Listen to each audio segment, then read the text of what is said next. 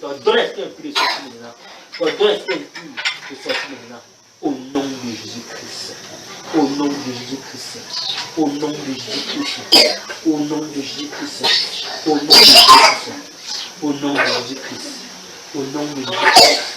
Au nom de Jésus-Christ. Au nom de libère maintenant. Donnez de sortir. Donnez de sortir. Au nom de Jésus-Christ. Quitte son ventre. Quitte son ventre. Le week-end ne se passe pas mal. Lâche-la.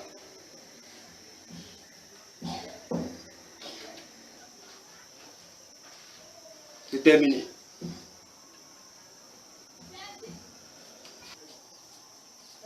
Au nom de Jésus.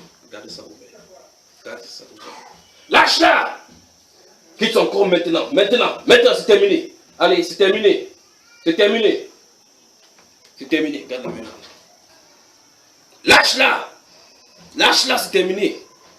C'est terminé. Lâche-la. Lâche-la. Gardez ça ouvert. Lâche-la. Lâche-la. Va. Il ne retourne plus jamais. Plus jamais. Plus d'oppression. Terminé. Terminé. Terminé. Maintenant.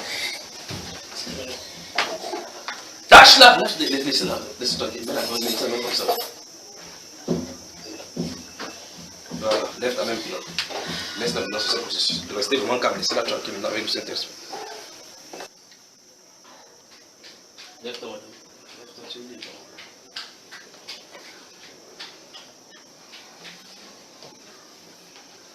Laisse-la, laisse nettoyer déjà. Va aux toilettes. Bonsoir. Comment vous allez? Vous allez bien les frères? C'est que vous êtes le président, non? Si vous avez le téléphone, mettez sur mode vol pour que ça ne dérange pas quand on est en train de travailler. Si vous voulez enregistrer, vous mettez sur mode vol d'abord, vous enlevez le réseau pour que ça ne dérange pas, ça c'est un. Deuxième chose, pour que lorsqu'on vous appelle, vous en êtes d'enregistrer, on vous appelle, ça ne coupe pas l'enregistrement.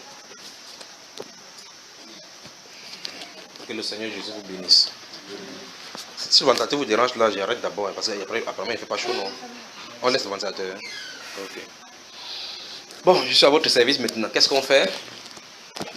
Quelqu'un a-t-il une question? Si vous avez des questions, vous posez. Toutes les questions, je réponds. Et puis, par la suite, on va dans la parole, on va là où le Seigneur va nous conduire ce soir. Vous aimez le Seigneur, n'est-ce pas? Vous aimez le Seigneur, n'est-ce pas? Même si la vérité, ça tranche le cœur, vous aimez quand même, n'est-ce pas?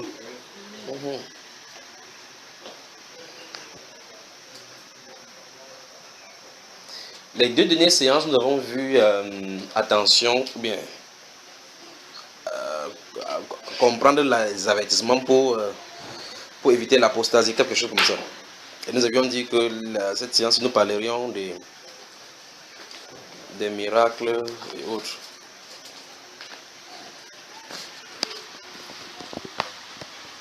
Nous allons en parler, donc. Je ne sais pas combien, si ça peut durer une séance, si c'est 2 séances, 3 séances.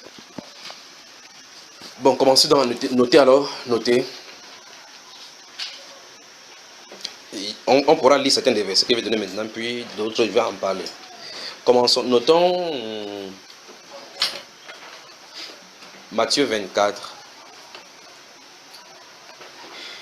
Matthieu chapitre 24. Je vais vous donner le chapitre, les versets tout à l'heure. Enfin, on va prendre les versets. Notez Ésaïe 14. Ésaïe chapitre 14. Que le Seigneur vous bénisse. Je sais que ce n'est pas conventionnel la façon qu'on travaille, n'est-ce pas? Ce n'est pas standard, ce n'est pas conventionnel. On s'attend à ce qu'on chante les cantiques, on tape sur le piano, on fait des ceci, sur le moment de ceci, puis on fasse à ceci, puis on fasse à ceci. Ce n'est pas conventionnel. Ça risque de déranger, mais allons-y. Ésaïe 14, Matthieu 24, c'est déjà passé là. Ésaïe 14, vous avez noté. Jean chapitre 5. Jean chapitre 5. Jean chapitre 12, verset 37. Jean chapitre 5, quand il dit le chapitre, il ne dit pas le verset, c'est pour qu'on va y revenir. Et donc c'est moi le chapitre.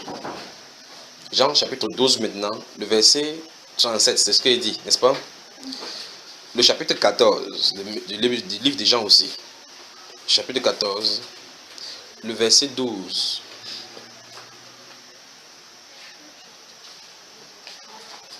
Marc chapitre 16, verset 15 à 17.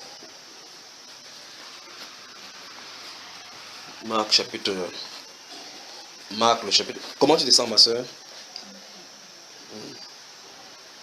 Marc chapitre 12, chapitre 4. Chapitre, je suis où là? C'est en réalité, vous voyez, c'est de cette ambiguïté-là. Il tente de vouloir dire quelque chose par rapport à. Et puis maintenant, je suis ici avec les versets ici. Je suis dans Marc chapitre 16, verset 15 à prenez jusqu'à 18. Jusqu'à 18. Matthieu, chapitre 4, verset 1 à 10. Matthieu encore, chapitre 11 et 12. Eh bien, comme je vous donne, enfin, vous voyez que je ne suis pas allé lire nulle part. Donc, lorsque je commencerai à parler tout à l'heure, les choses sortiront dans tous ces passages que sont en train de donner. J'ai un peu avancé. 2 Thessaloniciens, chapitre 2, verset 1 à 15. 2 Thessaloniciens, chapitre 2, verset 1 à 15. Livre du prophète Jérémie. Prophète Jérémie. Jérémie. Chapitre 28, chapitre 27 et chapitre 28. Vous y êtes? Jérémie chapitre 27 et chapitre 28. Vous savez, je suis en train de sourire à cause des frères parce que les frères sont essoufflés un peu par rapport à la prière qu'ils ont faite là-bas. Que Dieu vous bénisse, que Dieu vous fortifie. C'est pas facile. C'est pas facile. C'est à force de forger qu'on devient forgeron. C'est à force de prier qu'on prie vraiment. Vous y êtes? Jérémie chapitre 27 et chapitre 28. Vous avez noté? Apocalypse, le chapitre 16. Apocalypse, le chapitre 16. Notez également le chapitre 11, versets 3 à 6. Le chapitre 11 d'Apocalypse.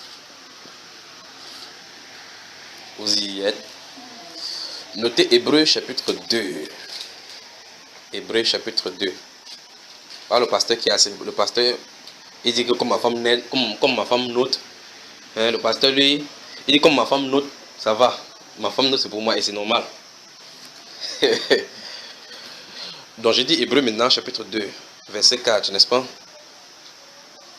Actes des apôtres maintenant. Actes des apôtres, chapitre 1, le verset 8. Si vous avez noté, vous dites. Vous avez noté le verset 1, chapitre 1, verset 8. Chapitre 8, verset 1 à 13.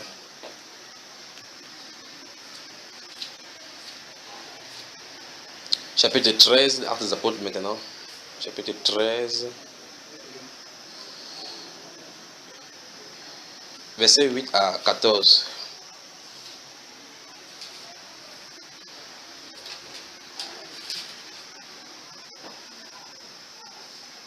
C'est bon, n'est-ce pas? Voilà. Je crois qu'avec ça, on peut commencer maintenant. On peut véritablement commencer.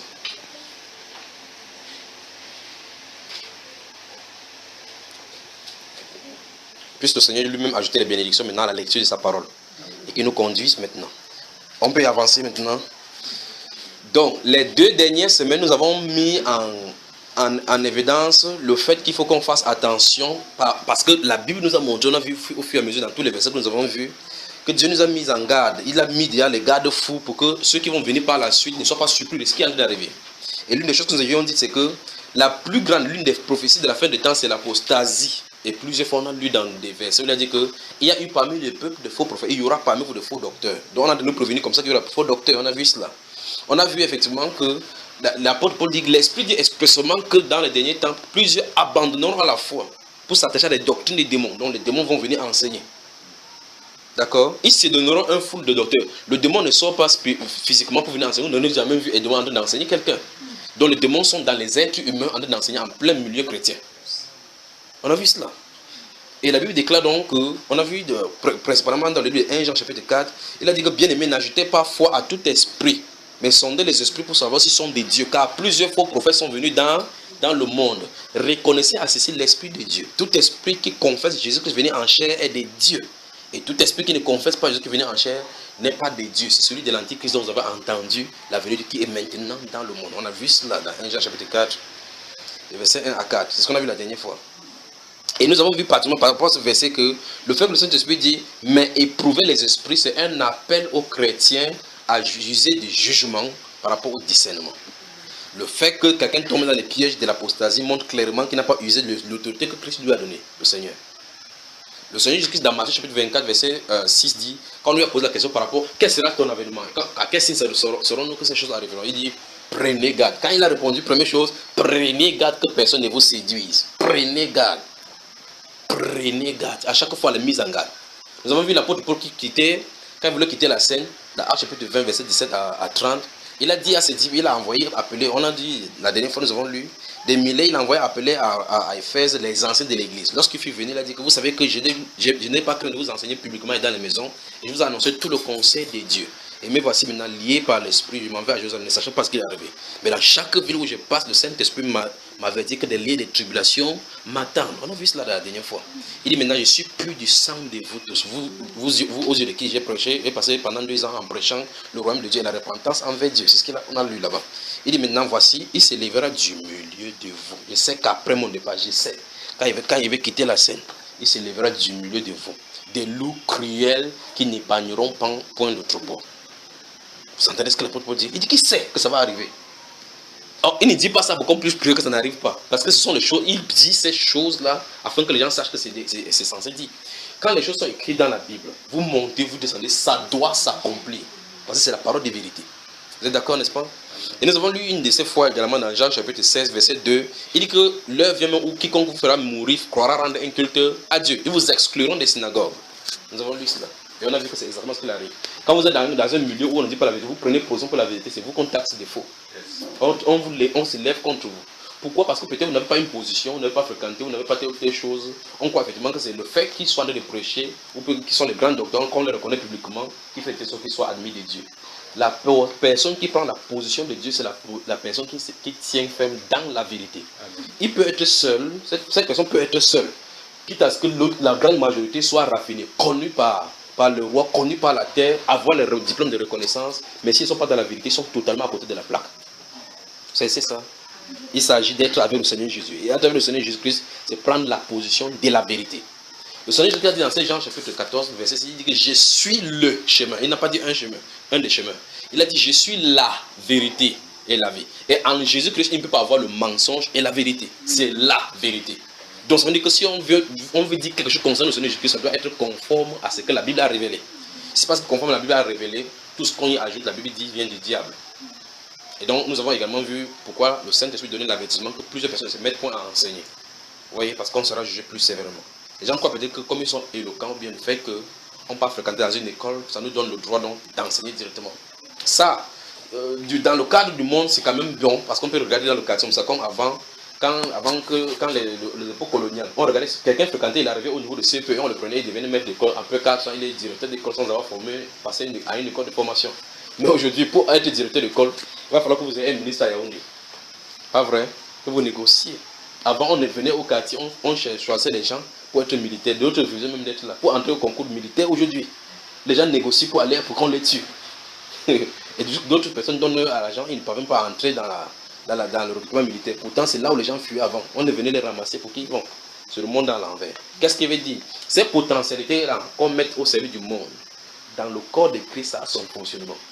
Le fonctionnement, c'est ceci, c'est que si Dieu ne t'a pas appelé à faire quelque chose, il faut quitter le poste. C'est aussi simple que possible. Si Dieu ne t'a pas appelé, Dieu n'a pas besoin d'aide. C'est qu'il a fait son programme à lui. Et quand il a fait le programme, par conséquent, depuis qu'il a fait ce programme-là, il a déjà choisi les gens qui doivent travailler. C'est pour ça qu'il dit souvent dans les enseignements qu'il n'y a pas de poste à pouvoir chez Dieu. Il n'y a pas de monde qui dit que Seigneur, utilise-moi, utilise-moi. Non, non, non. Ce qu'il a connu d'avance. Ce qu'il a connu d'avance.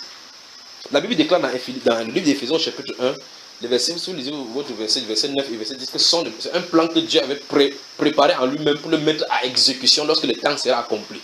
Dieu, il est tellement sage qu'il connaissait effectivement que le frère serait ici aujourd'hui avec la bille jaune, avait la main positionnée comme ça. Il savait. Il ne pouvait pas manquer à la règle. Amen. Alors, ça veut dire, cette maison dans laquelle nous sommes, c'est un constructeur qui l'a fait. Le monsieur qui a financé de la maison, maintenant, c'est lui qui est le propriétaire de la maison. Il y a un ingénieur qui a dessiné le plan, les électriciens ont participé, celui qui fait les, quoi, vous appelez la chaudronnerie, ou je ne sais pas moi trop, les tauliers, les charpentiers, tous ont collaboré. Un électricien ne peut pas se lever là, commencer à dire que je vais monter le mur, si vous savez très bien que c'est un bricoleur.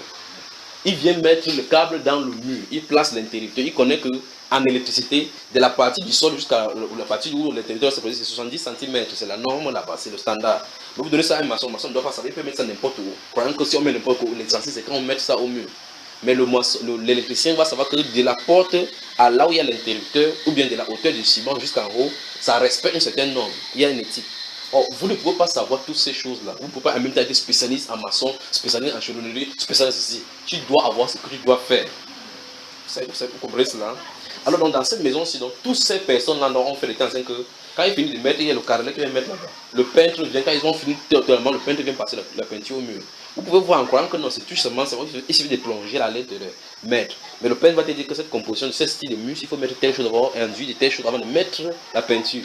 Toi qui es électricien, tu dis, hey, c'est compliqué comme ça chez vous. Est-ce que vous comprenez ça, mes chers? Alors, toi qui es peintre, vraiment, tu vas regarder l'électricien monter au plafond. Que l'ampoule est grillée. Tu dis, mais comment il va me faire? Tu montes au plafond avec lui. Il y a des câbles là-bas tellement que tu dis, mais le tissu va s'en sortir. Lui, il attrape deux câbles, il les suit, il commence à travailler là-dessus. Tu dis, mais comment tu sais que c'est les deux câbles ici qui vont là-bas? Pourquoi il y a la nomenclature chez le rouge et le noir? Il peut suivre le rouge, il peut suivre le noir, sachant que si ça continue, dans toute la maison, la continuité, c'est ça, rouge et noir. Vous voyez cela, n'est-ce pas? Or, si tu n'es pas du métier, tu ne peux pas savoir toutes ces choses. De même, en est du corps du Seigneur. Quand le Seigneur a dit, je bâtirai mon église, il a choisi ceux qui vont mettre la fenêtre, choisi ceux qui vont mettre la fondation. L'apôtre Paul dira dans la Bible que j'ai posé les fondations comme un sage architecte. L'apôtre Paul sait que c'est la fondation qu'il a posée. Il n'a pas dit qu'il a bâti l'église. Si l'apôtre Paul avait bâti l'église, on se serait terminé depuis. Jésus a dit, je bâtirai l'église. Il a donc choisi les gens qui sont censés poser les fondations. L'apôtre Paul dit, j'ai posé la fondation. Il dit que, et un autre bâtit dessus. Il savait que son rôle c'était de poser la fondation. Vous avez été édifié, votre construction c'est sur le fondement des apôtres et des prophètes. Donc la suite des chrétiens devait être basée là-bas. Alors, ça veut dire que toute la continuité va être faite d'après un modèle qui a été positionné. Cette maison, si nous sommes au premier étage ici, si vous allez en bas, ça respecte une affinité jusqu'en bas. Les jours qu'on a creusé, on a mis la fondation pour que ça puisse soutenir ce niveau-ci. Ça, ce n'est pas un électricien qui a fait. Il faut quelqu'un qui va étudier le sol, regarder les différentes affinités par rapport au sol, par rapport au poids et la norme de la maison. Il faut que ce soit quelqu'un de spécialiste qui fait cela. On ne peut pas donner n'importe quel style de maison à quelqu'un de construire. C'est donc pour ça que Dieu a choisi effectivement les éléments essentiels pour pouvoir mettre la fondation. Pour que ce ne soit pas les gens qui tergiversent. J'ai bien dit tout à l'heure, il faut vérifier. Donc pour que ce ne soit pas les gens qui tergiversent, c'est pour ça qu'elle a dit que ce soit les apôtres là, dans le temps comme il a choisi, qui mettent les fondations. Quand ils ont mis les fondations, je vous le dis au nom du Seigneur Jésus-Christ, la fondation de l'église est inébranlable. Pourquoi? Parce que c'est Jésus-Christ lui-même qui a la pierre angulaire. C'est inébranlable. Ils ont posé la fondation. Il a dit qu'aucune autre fondation ne peut plus être posée. Ça a été déjà posé. Maintenant, il dit un autre bâti dessus. Il dit que chacun prenne garde de la manière dont on bâtit dessus, car aucun autre fondement ne peut être posé. Donc, ça veut dire que nous sommes en train de continuer comme ça, c'est la suite que les apôtres ont fait. C'est ça, n'est-ce pas? Alors, donc, dans cette progression-là, il faut qu'on comprenne donc certaines choses. Certaines notions, c'est que, deux choses se trouvent en milieu de nous. Dans Éphésiens chapitre, notez également ceci, Éphésiens chapitre 4, verset 11, verset 8 à 11. Éphésiens chapitre 4, verset 8 à 11. Puis vous notez 1 Timothée chapitre 4, 1 Timothée chapitre 4 et 2 Timothée chapitre 4. J'espère que vous vous associez bien à ce que je viens de dire. Je vais revenir sur ce, je vais dire quelque chose de la même maintenant, parce que ça nous allons voir. J'ai dit, nous notez Éphésiens chapitre 4, verset 8 à 11. 1 Timothée chapitre 4, puis 2 Timothée chapitre 4, chapitre 3 et chapitre 4. C'est ça, n'est-ce pas? Voilà, maintenant, écoutez très attentivement. Dans Éphésiens chapitre 4, il est question du Seigneur Jésus-Christ qui est descendu plus bas. et qui est remonté. Vous êtes d'accord? Avancez là-bas, lisons là-bas et puis il dit ce qu'il dit là rapidement. Éphésiens. Si vous avez déjà lu la Bible tout entièrement, ça me permettra de déposer la Bible là-bas. Je me donne les versets comme ça. Il commence à dire tout ce qui est écrit là-dedans. On avance, on avance. C'est qu'on n'aura pas le temps de perdre, de lire, d'ouvrir et de lire comme ça.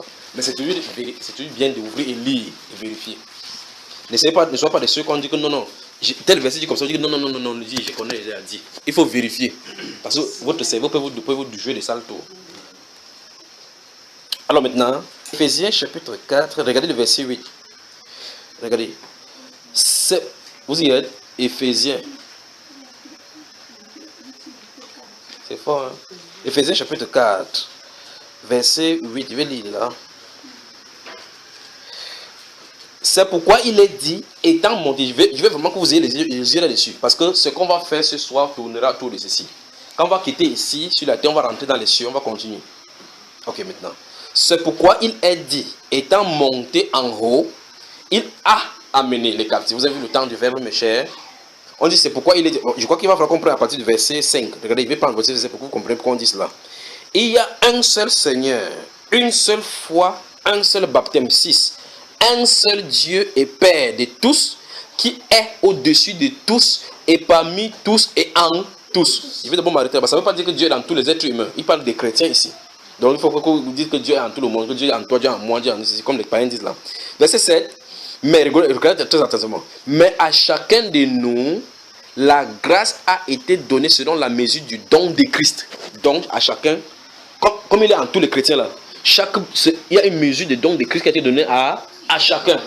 C'est donc pour cela que si tu essaies de dire qu'il va faire comme tel frère, il va faire comme tel soeur, tu en as été trompé. On n'essaie pas d'imiter quelqu'un dans le corps de Christ. Chacun a tout simplement sa place. 1 Corinthiens chapitre 12, verset 18 dit que et Dieu a placé chaque membre dans le corps comme il a voulu. Si Dieu te place dans une position d'apostolat, il t'a placé, c'est lui qui a choisi. En fait, c'est lui qui bâtit la maison, comme je l'ai dit. Donc, c'est lui qui choisit quel ouvrier va travailler. Regardez bien ce que Jésus a dit à ses disciples dans Luc chapitre 10. Il dit, priez donc, il dit la moisson est grande, mais les ouvriers sont peu nombreux. Priez donc le maître de la moisson. Devait quoi? D'envoyer, c'est lui qui doit envoyer. Lui qui doit envoyer, d'envoyer à ça. Donc c'est Dieu qui doit prendre l'initiative d'envoyer quelqu'un. Quelqu'un doit être envoyé. S'il n'est pas envoyé, étudie n'importe quoi, sois sage, donne les diplômes. Si n'importe quel diplôme, ça c'est pour toi. Maintenant regardons ici. On dit donc que, mais à chacun de nous, la grâce a été donnée selon la mesure du don de Christ. Vous entendez, n'est-ce pas? Puis il explique maintenant que c'est pourquoi il est dit. Ceci c'est tout dans le livre des Psaumes, chapitre 69. Si vous voulez, vous prenez votre livre des Psaumes 68, le verset 19. Lorsque vous lisez le Psaume 68, verset 19, vous allez voir effectivement que c'est écrit là-bas. La Bible déclare qu'il a donné en don les hommes. Maintenant, dans le verset 68. Mais regardez ce que le Saint-Esprit dit ici par l'apôtre Paul. Il dit, c'est pourquoi il est dit, étant monté en haut, il a amené des captifs. Et il a fait des dons aux hommes. Ah, j'aime ces paroles, c'est particulièrement. Suivez attentivement. On dit, il a d'expliquer quelque chose. Il dit, mais à chacun, comme Dieu a nous tous là, nous tous. Mais à chacun, une mesure a été donnée selon le don de grâce. Donc, selon que Dieu a programmé que celui va recevoir telle chose. Il explique que c'est pourquoi il est dit que celui qui, étant monté, il a amené. Vous avez vu ce qu'il a dit? Il a, pas qu'il va. On parle de la réalisation de Christ quand il montait. Il a. Je veux que vous suiviez le temps parce qu'il y a une implication. Il a amené le captif et il a fait des dons aux hommes. Donc quand il a amené, il a aussi fait quelque chose. Au milieu des hommes, il a fait des dons. Or, nous sommes 2016 ans maintenant plus tard. Et les gens savent tout pour être serviteurs de Dieu. On dit qu'il a fait. C'est terrible. Alors, avançons ici, regardez. Verset 9. Or, que signifie il est monté, sinon qu'il est aussi descendu dans les régions inférieures de la terre. Donc, Christ est allé sous la terre. Suivez attentivement. Maintenant, celui qui est descendu, c'est le même qui est monté au-dessus de tous les cieux, afin de remplir toutes choses. Remarquez bien, si vous lisez ça, vous ne comprenez pas que Christ Jésus est Dieu. Il faut seulement que vous oubliez. On dit que Christ monté, il remplit toutes choses, il est au-dessus de toutes choses, Christ Jésus. Maintenant, suivez attentivement, verset 11. Et il va donner les uns. Et ok. Depuis, on a utilisé un temps au verset 8. C'est lui qui est descendu, c'est lui qui est monté. Il a amené le captif et il a donné les dons aux hommes, n'est-ce pas? Et si on dit que et il va donner les uns comme apôtres. À quel moment donc? L'apôtre parle de Christ là, alors que lui-même Jésus n'était pas encore, Jésus était déjà venu sa partie. Nous sommes devant l'apôtre Paul. L'apôtre Paul dit que l'apôtre Paul physiquement étant là, il dit qu'il a donné. Quand il dit il a, c'est derrière l'apôtre Paul encore. Pas vrai ça? Il dit qu'il a donné les uns comme apôtres. Écoutez très attentivement. Les apôtres ne viennent pas pour être prophètes, pour être pas apôtres. Ils sont d'abord programmés. Maintenant, c'est pour ça que je vous ai donné ces versets avec 1 Timothée et 2 Timothée. 1 Timothée dit que quelques-uns, ils se donneront les foules des... Vous avez la différence maintenant? Dieu a déjà choisi ces gens. À un moment donné, les êtres humains vont donner pour eux. Ah mon Dieu. Alors c'est pour cela qu'ils peuvent sortir avec l'école pastorale. Tu les dis, ils ne voient pas de mal à cela. Tout serviteur authentique de Dieu sortira hors de ces choses-là. C'est pour ça que il ne peut pas comprendre le langage de Dieu. Quand tu vas parler selon la Bible, à un moment donné, il va dire que non, tu ne penses pas que ceci n'est pas important. Donc c'est lui qui juge ce qui est important. Or, la Bible déclare que les serviteurs de Dieu, comme par exemple le livre de 1 Samuel dit que Samuel ne laissait aucune des paroles de Dieu tomber par terre. Vous comprenez ce qu'il dit? Si Dieu dit, le serviteur parle. S'il ne parle pas, le serviteur ne parle pas. Donc le serviteur de Dieu doit dire ce que la parole de Dieu dit. Toutes les fois que Israël s'est détourné, quand les gens sont rentrés, il dit ainsi parle le Seigneur. Vous avez quitté une bonne alliance. L'alliance qui est traitée avec vos pères, avec Moïse à Horeb. Donc il est encore revenu à Horeb. Donc c'est-à-dire que la fondation qu'on a placée à Horeb, là, revenez-y. C'est à cause de cela que ça vient. Un serviteur de Dieu, c'est comme ça. Autant d'Élie, il dit que c'est à cause de vous avez abandonné le Dieu de votre père. Moïse, Joseph, n'importe qui, tout vient, c'est comme ça. Vous suivez? Mais d'où vient-il qu'un nouvel style de prédicateur vient aujourd'hui? Tu vis dans le péché, on prophétise le bonheur sur toi. Il veut qu'on m'explique cela. Tu vis dans le péché, on prophétise le bonheur sur toi. Le plus grave, c'est qu'on prophétise ces choses, ça marche sur toi. C'est donc pour cela que nous voulons voir maintenant la terminologie du miracle et l'impact du miracle, le but du miracle, que Dieu opère les miracles. Satan peut-il opérer des miracles? Ça, c'est une question qu'on doit répondre ce soir. Est-ce que les miracles de Dieu sont imitables par Satan? Nous devons répondre à ces questions ce soir. À quoi servent les miracles que Dieu fait manifester au milieu des hommes? Nous devons répondre à ces questions ce soir. Pas par notre intelligence, mais la Bible doit nous donner la direction. Quel est le but des miracles? L'autre question la plus grande de ces soirées, c'est les miracles ont-ils cessé? Ou bien y a-t-il une indication que les miracles vont cesser sous le soleil? Ça, c'est une autre question qu'on va devoir répondre. Donc, s'il plaise à Dieu, on ne finit pas aujourd'hui. On va continuer la deuxième partie la prochaine fois. D'accord? Alors, en toile de fond, dont nous voyons que Éphésiens chapitre 4 nous dit que Jésus a déjà choisi ces personnes qu'il a envoyées. Puisque c'est lui qui avait dit quand il était sur la terre que je bâtirai mon église. Donc, forcément, il connaît jusqu'où va aller l'église. Quand la personne est à la maison, tu peux être patient, tu vois la maison comment. Tu ne sais pas où ça va aboutir parce que tu n'es pas au courant de la maison.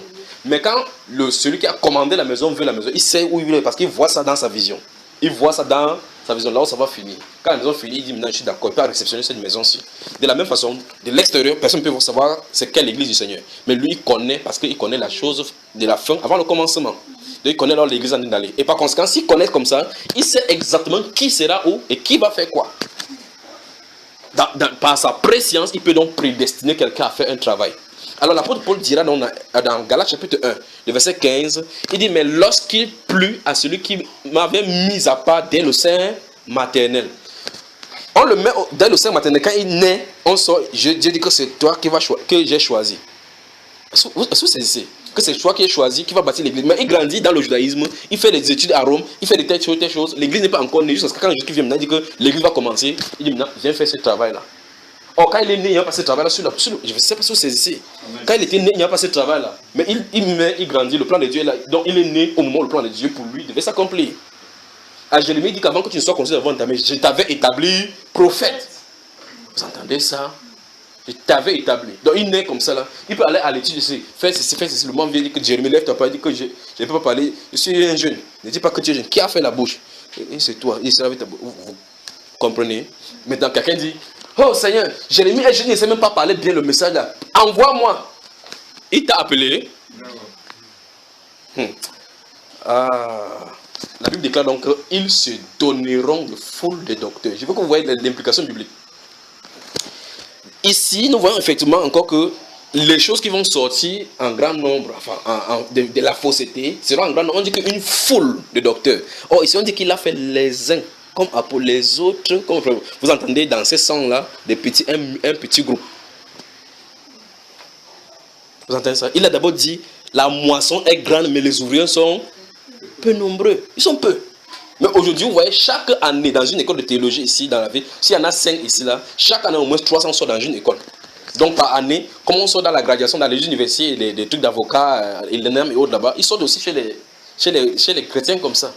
Tu dis, comment tu es, frère? Je suis frère. Comment je suis pasteur, je l'appelle pastoral. Oui, tu prêches? Oh non, je ne prêche pas encore, je suis à l'école. Je suis en 2e année à l'école. 2e année à l'école. Je ne sais pas si quand ils parlent, ils entendent ce qu'ils disent. Ils sont en 2e année. Dieu l'a appelé, il est à l'école. Mais j'ai l'appel pastoral. J'ai l'appel. Donc Dieu dit, viens. Il a de venir, mais il passe d'abord par l'école. Il faut qu'on le forme. Et c'est Dieu qui l'appelle. Quelque chose ne va pas, il faut la délivrance au pasteur. Il faut la délivrance au pasteur. Oh, maintenant, tu vas parler le langage biblique. Il va dire que tu ne penses pas que telle personne aussi. Tu penses aussi que telle personne. Tu penses aussi que telle personne. Mais voici la Bible qui indique la direction. La Bible dit qu'on ne doit rien y ajouter. On ne doit rien y retrancher. Ok, maintenant, qu'est-ce qui se passe? Il faut donc que le faux vienne faire exactement pour essayer de reproduire ce qui est dans le modèle. C'est ça le vrai problème. C'est pour ça que nous sommes là ce soir. Ça veut dire quoi? Satan, pour faire n'importe quoi qui va vouloir égarer les gens, il faut que ça soit proche de ce que Dieu lui fait. Amen. Alors maintenant, si vous avez un billet de 10 000 francs CFA là-bas, pour que quelqu'un puisse faire un faux billet, il va falloir qu'il ait un vrai billet devant lui. C'est le principe là-bas. Parce que si ça soit comme ça là, il veut concevoir 10 000, il veut concevoir un billet de 10 000 sans voir le vrai, il va faire, ça sera grossier. Parce qu'il faut qu'il y ait les représentations qui se trouvent, les attributs qui se trouvent dans le vrai pour essayer de séduire les gens. Vous suivez? Vous pouvez maintenant que je parle maintenant dans les profondeurs, n'est-ce pas? On va lire 2 passages et on va parler. Matthieu chapitre 4. Matthieu, le chapitre 4. Donc c'est ces 2 groupes-là. Il y a le groupe donc que Dieu a donné. Et le groupe donc qui se donneront. Ils se donneront les foules des docteurs. Ils vont sortir en grande quantité. En grande quantité. En grande quantité. Ils se donneront des foules de docteurs. Et la Bible déclare clairement là-bas que ces foules de docteurs là, regardez bien. Ah mon Dieu, vous me faites là. Regardez, si vous lisez la suite de ces livres de Timothée, il dit qu'ils se donneront la foule de docteurs et qu'ils vont enseigner selon leurs propres quoi? Désirs. Donc ils viennent pour pourvoir aux besoins que les gens ont. Je ne sais pas si vous saisissez. Lorsqu'on fait le commerce, les gens sortent pour aller, ceux qui ont fait marketing, vente, action commerciale, ils sortent sur le terrain, ils ont des prospectus. Ils viennent dans la maison. Vous avez besoin de pâtes dentifrice. Vous voyez quelqu'un entre dans votre maison, il a le sac, il y a des pâtes dentifrice à l'intérieur. Vous dites que j'ai dans la pâte dentifrice, il dit qu'il y a l'huile pour ce ouin. Quand il regarde un bouton, il dit que même le bouton là, j'ai quelque chose qui peut arrêter cela. Qu'est-ce qu'il y a? Il sait effectivement quels sont tes besoins. Donc, tu cesses un, tu ne vas pas échapper à l'autre. C'est ce principe-là, ce marketing commercial que Satan a mis avec l'église. L'église, c'est comment vous allez voir quelque part maintenant. Vous voyez directement, on met une plaque là-bas. Culte prophétique de 18h à 21h. Prophétie, moment de prophétie et de délivrance. Donc, on programme chaque jour où il y a le programme de prophétie. On dit là-bas, quand tu viens là-bas, pour toute situation de blocage, pour tout ceci, le blocage, ainsi de suite, et autres là-bas, votre mariage a duré, ainsi de suite, vous avez duré sans accoucher, ainsi de suite, vous venez là-bas. Donc, là-bas, on distribue. Et donc, maintenant, quand vous venez maintenant, on va dire que il y a les gens, puisque vous savez tellement, vous avez lu l'information qui est là-bas pour venir. Tout blocage dans ta vie, je le chasse au nom de Jésus. Tu dis Amen, tu vois la sueur coule sur la soeur. Ton mariage doit bloquer, Amen. C'est là on bloque maintenant, Amen. Mais prenez 5 minutes pour enseigner. Comprenez le temps qu'on a d'enseigner pour enseigner. On va dire que tu dis trop. Mais si on dit le temps là pour dire les faussetés comme ça, ils vont le faire. D'où là, ils font souvent les nuits de prière, les séminaires pour raconter ces choses-là. Alors la Bible déclare qu'ils vont se donner le fou de docteurs qui vont enseigner selon leurs propres désirs. Donc, d'une part, il y a des désirs pernicieux, des envies pernicieuses dans les êtres humains. Et par conséquent, ces désirs-là, donc, Satan envoie les gens pour enseigner ce qu'ils vont les aimer, ce qu'ils vont aimer. Vous avez suivi, n'est-ce pas? En parallèle, maintenant, se trouvent donc les serviteurs du Seigneur. Jésus, la Bible déclare dans ces Éphésiens-là qu'il a donné les uns comme apôtres, prophètes, docteurs, évangélistes, pasteurs. Il dit pour l'édification. Vous avez vu ça? Ils sont là pour faire quelque chose. Ils sont là pour l'édification, ça veut dire conditionner, construire. Pour l'édification du corps. Donc, c'est ceux qui bâtissent le corps. Ceux de l'autre côté, là-bas, sont censés détruire le corps parce qu'ils vont enseigner selon les désirs pour envoyer les gens dans tous les autres usages de dérision. Donc, en toile de fond se trouvent donc 2 œuvres qui se passent sur la terre. L'œuvre de la construction de l'église et l'œuvre de la tentative de la perversion. Et ça ne fait pas, c'est coordonné par 2 maîtres. L'un par le Seigneur Jésus, l'autre par le pouvoir l'antichrist. Maintenant, le problème, c'est que sur le plan humain, les deux prennent l'aspect religieux.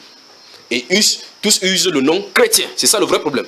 C'est ça le vrai problème. Parce qu'on dit ici, ils se donnent un foule de docteurs. Donc ce sont les religieux. Ils vont venir enseigner pour amener les gens dans l'égarement. Des foules de docteurs. Enseignant les doctrines démoniaques. C'est ce qu'on a suivi là. Cette doctrine-là, donc, on dit qu'ils se donnent faute de doctrine, ils vont s'écarter de la foi. Il dit, ayant la démangeaison d'entendre les choses agréables, ils se donneront. On souhaite qu'on nous dise quelque chose. Pasteur, dis-nous, tue-nous. Et la vérité, tu es vraiment au sens propre. Tue-nous et tue. Maintenant, pour les amener hors de la vérité. Maintenant, entre-temps, ici, on dit, pour le perfectionnement des saints en vue de l'œuvre de ministère des chrétiens, jusqu'à ce que nous soyons tous parvenus, ces gens nous sont donnés, jusqu'à ce que nous soyons tous parvenus, tous. La Bible déclare que jusqu'à ce que nous soyons tous parvenus. Donc ceux qui sont censés appartenir à l'église le feront tous. Vous avez cela? Jusqu'à ce que nous soyons tous parvenus à l'unité de la foi, à la statue de l'homme fait. C'est merveilleux l'œuvre du Seigneur. Alors, vous pouvez suivre ces deux lignées-là. Depuis la Genèse, vous les suivez au travers de la Bible. Au travers de la Bible, vous arrivez. Ça commence à devenir maintenant, ça s'éclate maintenant dans les évangiles. Vous voyez effectivement qu'il y a deux portions maintenant. Le bleu et l'ivraie. Après, il commence à avancer, Vous voyez, dans l'Apocalypse chapitre 17, une femme se présente là-bas, la grande prostituée. De l'autre côté maintenant, la femme de Christ se présente dans le chapitre 19. Elle est entrée dans la noce. C'est le commencement. Ce qui est au commencement, ça va se retrouver là-bas. Au travers de l'église, vous pouvez le voir. Au travers de l'église avancer. Tous comme ça, chacun se forme pour aller en son lieu. Donc, il y a deux groupes. Les deux groupes de pasteurs que Dieu s'est choisi et les groupes de pasteurs que Satan s'est choisi. Ils sont là pour accomplir la volonté de Satan, pour pervertir le groupe. La Bible déclare qu'ils sont plus nombreux que les autres. C'est pour ça que la première fois que nous avons commencé, il a dit qu'il y avait deux voies, la voie étroite et resserrée, la voie large et spacieuse. Il a dit plusieurs y vont. Pour que plusieurs y vont, il faut qu'il y ait des indicateurs pour amener les gens là-bas. C'est le flux des docteurs. C'est ça, n'est-ce pas? Voilà. Donc faisons attention.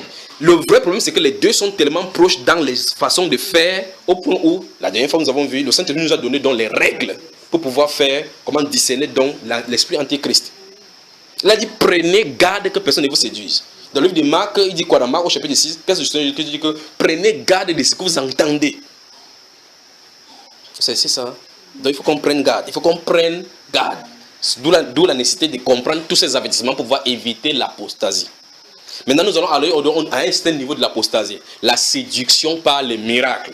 Donc, c'est ce que nous allons voir ce soir-ci. La séduction par les miracles. L'apostasie séduit principalement par les miracles. Les miracles peuvent se baser maintenant sur les prophéties. Ça peut être les prophéties, comme on dit. Vous entendez quelqu'un va dire, le prophète Sila m'a dit que telle chose est arrivée. Ce n'est pas étonnant. Notez Deutéronome chapitre 13. Que Dieu vous bénisse. Deutéronome chapitre 13. Vous avez noté? Je vais vous donner, tout à l'heure on va y arriver. Deutéronome chapitre 13. Maintenant, donc la séduction, l'apostasie, la séduction par les miracles. S'il y a un peuple qui va vraiment aller en dérision par rapport aux miracles, c'est le peuple de maintenant. Pourquoi? Parce qu'on a abandonné toute notre faculté de raisonner. Justement, ce qu'il faut raisonner, on ne raisonne pas. Et ce qu'il ne faut pas raisonner, on raisonne. Lorsque vous allez parler de Christ, de sa venue, les gens vont commencer le raisonnement. Tu penses depuis qu'il est parti, il va venir. Tu penses que ceci. Mais maintenant, quand quelqu'un va dire, va vendre tout ta mamelle, comme la soeur ici qu'on avait dit qu'elle va prendre sa mamelle, elle prend sa mamelle, prendre le livre, aller vendre, aller donner l'argent là-bas. On ne pose pas de questions. Comment ce type peut me dire qu'il ne peut pas vendre? D'autres disent que fais comme ça, ne dis même pas à ton mari. Vous voyez effectivement quelque chose dans l'esprit de division pour créer des tensions dans le foyer, est positionné. Vous voyez, quelqu'un commence à enseigner que tu dois désobéir à ton mari, même s'il fait n'importe quoi, tu désobéis. La Bible, elle dit que femmes soyez soumises à vos maris, même ceux qui ne respectent pas la parole de Dieu, afin qu'ils soient gagnés par votre moyen de vivre chaste. Vous voyez? Parce qu'on leur a appris que c'est quand vous venez à l'église. Là, maintenant, l'église devient maintenant un lieu. Quand vous venez à l'église, si votre mari vous empêche, c'est qu'il ne veut pas de votre bien. Vous comprenez, n'est-ce pas? Or, on confond donc l'église, qui est une entité vitale, l'organisme vital, en un lieu. Quand on dit en un lieu, ça devient une association. Quand on dit que quand on comprend la pensée de Dieu dans l'église, on comprend que c'est un style de vie. Si c'est un style de vie, alors si je suis à la maison avec mon mari, je vis la vie chrétienne. Vous saisissez, n'est-ce pas? Par conséquent, on croit que quand les gens vont dans les lieux de prière, c'est là où ils doivent s'en servir Dieu. Servir Dieu, c'est être à la place qu'il faut, comme Dieu l'a voulu. Voilà. Donc, je t'en ai dit quel livre déjà? Non, j'ai dit Deutéronome là. Matthieu chapitre 4. Donc, Deutéronome va y revenir. Je vous ai donné plusieurs versets là. La séduction par les miracles.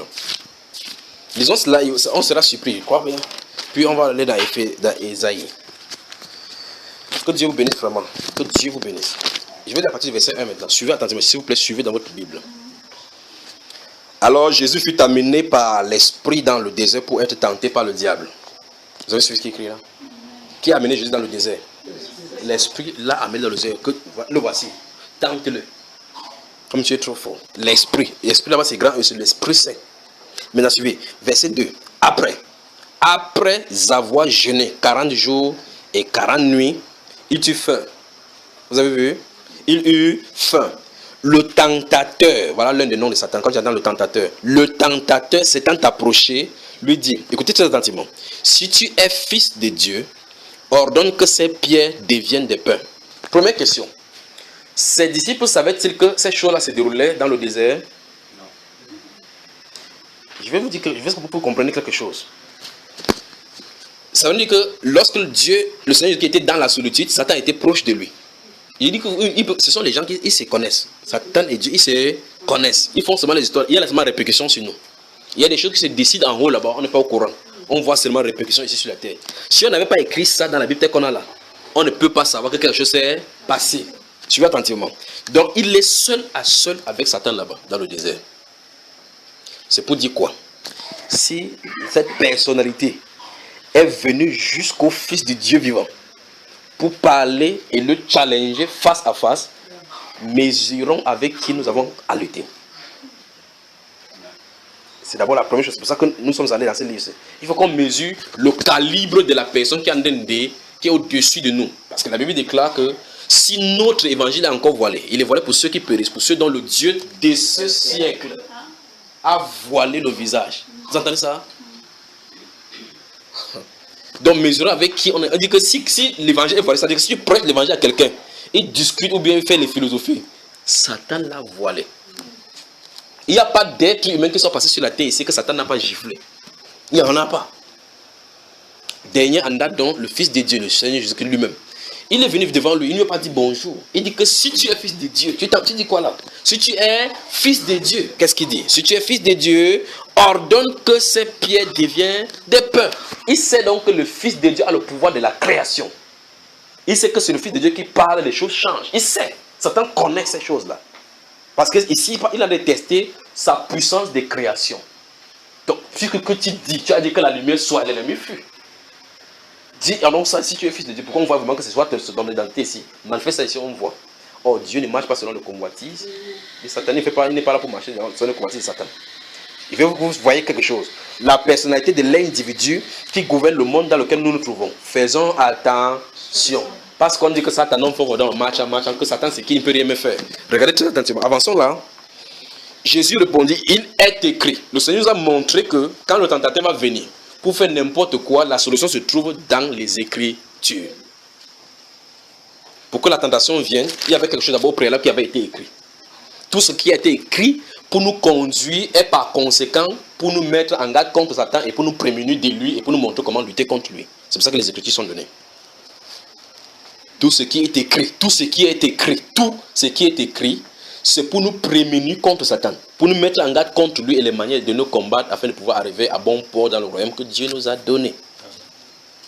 Donc quand le Seigneur Jésus se tient devant Satan, ou bien Satan se tient devant le Seigneur Jésus, il dit quelque chose. Bam!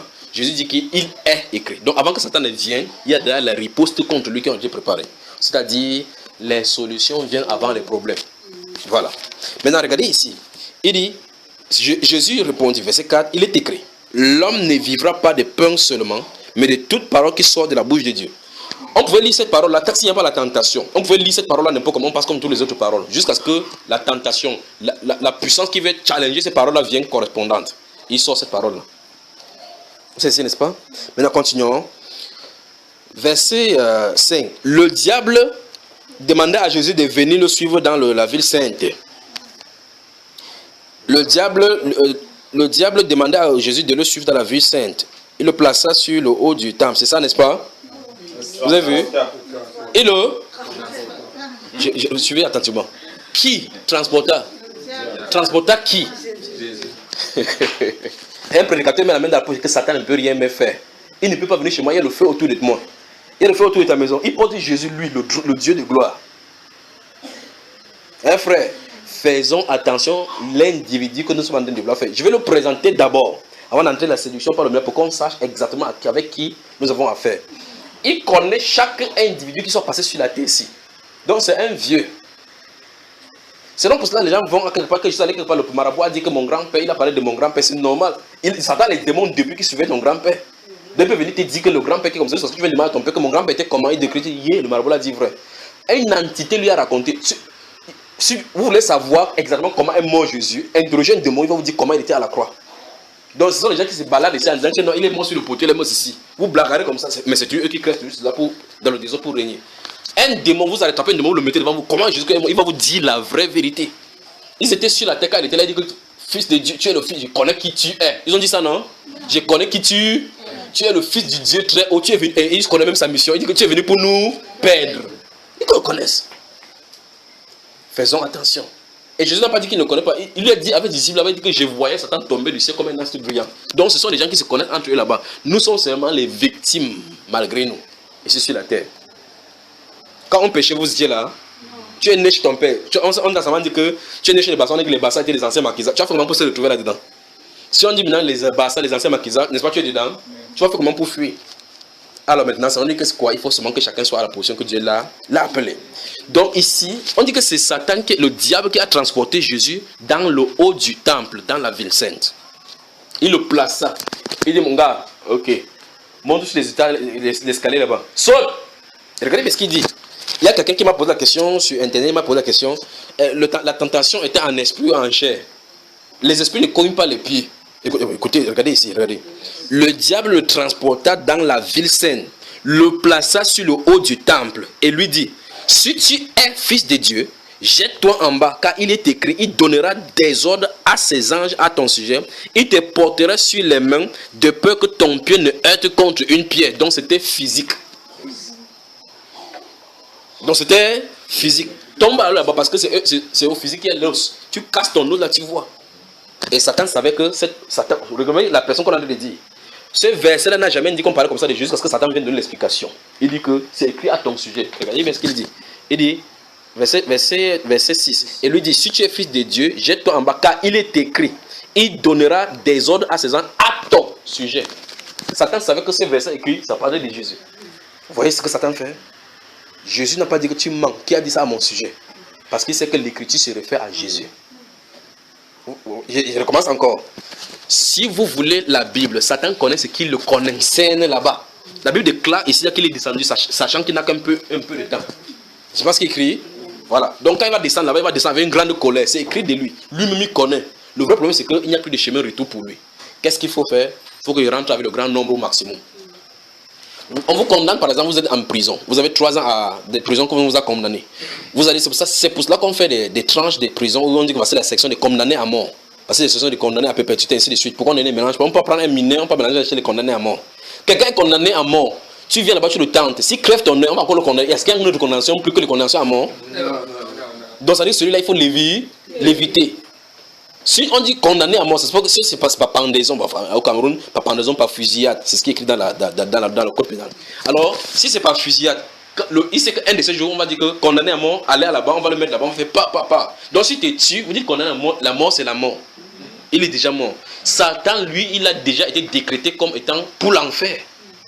Qu'est-ce qu'il faut faire? C'est toi et moi maintenant qui pouvons lutter maintenant, soit aller en enfer, soit ne pas aller en enfer. Pour eux, ils n'ont plus de choix. La destination est déjà réglée. Et par conséquent, c'est à nous d'éviter donc d'y aller. Vous savez, n'est-ce pas? Lui n'a pas de choix. C'est pour cela que vous pouvez lui donner, comme les gens peuvent demander de l'argent, demander la gloire, il peut leur donner. Que le but, on va les retrouver tout à l'heure là. Le but c'est que vous venez avec moi. Faisons attention, ne collaborons pas avec les œuvres des ténèbres. Ne collaborons pas avec les œuvres des... Première chose, les deux chefs religieux,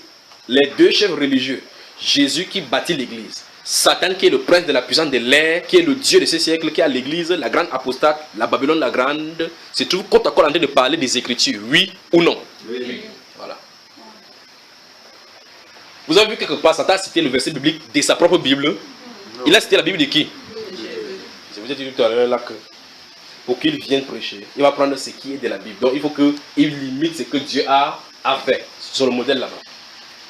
Ils n'avaient pas 2 sujets, il n'y a pas 2 Bibles. Quand ils sont venus là-bas, ils n'ont pas parlé de la guerre mondiale. Ils n'ont pas parlé de la crise économique. Ils parlaient des sujets religieux, les deux. Nous sommes d'accord? Donc l'enjeu ne se trouve pas dans la politique. L'enjeu se trouve dans le camp religieux.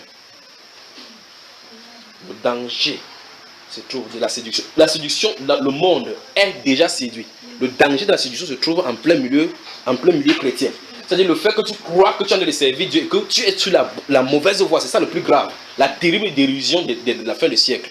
C'est-à-dire que tu te tiens là-bas. Seigneur, n'avons-nous pas fait les miracles? Ah mon Dieu, mais nous voilà, notez Matthieu chapitre 17. Voilà. N'avons-nous pas fait les miracles en ton nom? N'avons-nous pas chassé les démons en ton nom? Je ne vous ai jamais connu. Donc ceux-là ont servi jusqu'à quitter, jusqu'à venir d'autres, ils sont sûrs qu'ils vont entrer. C'est là où on leur donne la sentence. Et Jésus a dit que c'est comme ça va se passer. Donc il y a les gens qui vont venir là-bas. C'est la voix là qui va sortir. Je ne vous ai jamais encore connu. Notez cela, Matthieu chapitre 7, verset 20 à 23. Alors Jésus dit, vous qui commettez l'iniquité, éloignez-vous de moi. C'est ça? Donc, écoutez très attentivement, je recommence encore. Satan, le diable et le Seigneur Jésus qui dans le désert lors de la tentation discutaient des Écritures, donc de la matière religieuse. Ils discutaient de la matière religieuse. Il est écrit, ils discutaient les versets bibliques. Donc les vrais et le faux taxent leur enseignement, taguent leur enseignement et maintiennent l'enseignement par rapport à la Bible. Mais l'un parmi les deux est faux. L'autre chose, c'est que Satan a cité les versets bibliques vraiment droitement. Jésus a cité droitement, mais Jésus est la vérité, Satan est le mensonge. Donc il peut arriver que le mensonge, puisque le père des menteurs, le père du mensonge, est ici en train de citer la parole droitement. Mais étant le père du mensonge, ça ne le changera jamais. Et la Bible va plus loin dans ces livres de 2 Corinthiens chapitre 11, qui n'est pas étonnant que ces ministres se présentent en ministre de l'évangile. C'est ça. Donc, Satan lui-même, nous voyons ici comment il s'est présenté. Ici, l'écriture droitement. Le fait qu'il vienne devant le Fils de Dieu pour dire qu'il est écrit à son sujet montre qu'il a voulu challenger le Fils de Dieu. C'est cette position-là qui n'est pas bon. N'est-ce pas? C'est ça, frère. Voilà. Donc, c'est genre de planter seulement le décor. On va arriver doucement. Alors, cette tactique-ci que les deux chefs ont mise sur place lors de la tentation. Vous voyez que je ne parle pas de la tentation, je sorti des enseignements dans la tentation. Cette tactique-ci, cette fondation que les deux chefs religieux, principaux chefs religieux ont mis sur pied, ça va se répercuter sur leur postérité. Ça veut dire que ceux qui sont de Jésus vont dire seulement il est écrit. Ceux qui sont de Satan vont chaque fois utiliser le seul il est écrit pour dire que ok, faut aussi comme ça. C'est le même tactique, ça n'a pas changé depuis l'ancien temps. Pour diluer. Vous savez, c'est ça? Ok. Il peut avancer. Donc Satan le tentateur lui a dit que ok, il est écrit aussi à ton sujet, que saute là-bas, il est écrit, n'est-ce pas? Il a dit qu'il va envoyer ses anges, que Dieu va te porter sur les mains. Parce que si tu sautes sur un ange, on te précipite sur une montagne, en voyant qu'un ange a tendu la main, on va te porter. S'il était sur la forme angélique, sur la forme spirituelle, il n'a pas besoin qu'on le porte. Parce que l'esprit ne peut pas se heurter contre lui, puisque l'esprit travaille un mur. Il ne se heurte pas contre le mur. Donc ça veut dire que la tentation était physique. C'est ça, frère. Continuons ici. Verset 17. Jésus lui dit, il est aussi écrit. Donc nous sommes d'accord que les deux discutaient des Écritures. Le débat était au niveau de la Bible. N'est-ce pas, mes chers? Il est aussi écrit, tu ne tenteras point le Seigneur ton. Satan tentait qui l'ont là par conséquent? Dieu. Vous avez entendu cela? Ok. Le décor étant planté, allons voir cette confrontation. Non, là maintenant, rentrons, allons au ciel. Isaïe chapitre 14.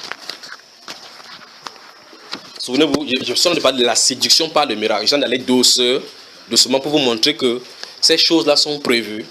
Le père de ces choses-là, il est puissant. Il dit, le père des séducteurs, celui qui fait les miracles, est puissant. Regardez-vous, mais Dieu est tout puissant. Amen, j'aime ça. J'aime ça quand vous dites comme ça. J'aime que Dieu est tout puissant. Mais c'est quand même curieux que les êtres humains sur la terre savent que Dieu est tout puissant, Satan est puissant, mais quelqu'un va faire allégeance à Satan. Ça me dépasse. C'est-à-dire que quelqu'un va... Vous voyez, les pasteurs vont quelque part, il y en a plein dans la ville. Plein dans la ville, c'est pas seulement ici. Qui viennent, ils sont allés, beaucoup sont partis quelque part, on en a donné le serpent. Ils avalent le serpent pour venir prophétiser. D'autres sont allés mettre quelque chose dans les yeux. Vous remarquez que dernier en date, il y a un pasteur, heureusement que ceux-ci étaient des faux. Ils ont cherché comment ils devaient... Vous savez, quand on dit frapper, fait le pasteur. Le pasteur faisait comme s'il était trop dur. Trois garçons sont allés. Il y avait un Ivoirien, un Nigérien qui sont venus avec un Camerounais. Il dit qu'on va stocker ce type-ci là. Ils sont allés lui dire qu'on a un remède qu'on a amené du Nigeria. Si tu mets ça dans tes yeux, tu vas commencer à avoir la vision. Ton église sera pleine. Parce que ça dit que c'est comment on dit 250 000. Il a sauté 250 000 à donner. On a mis dans ses yeux. Pour que vous voyez.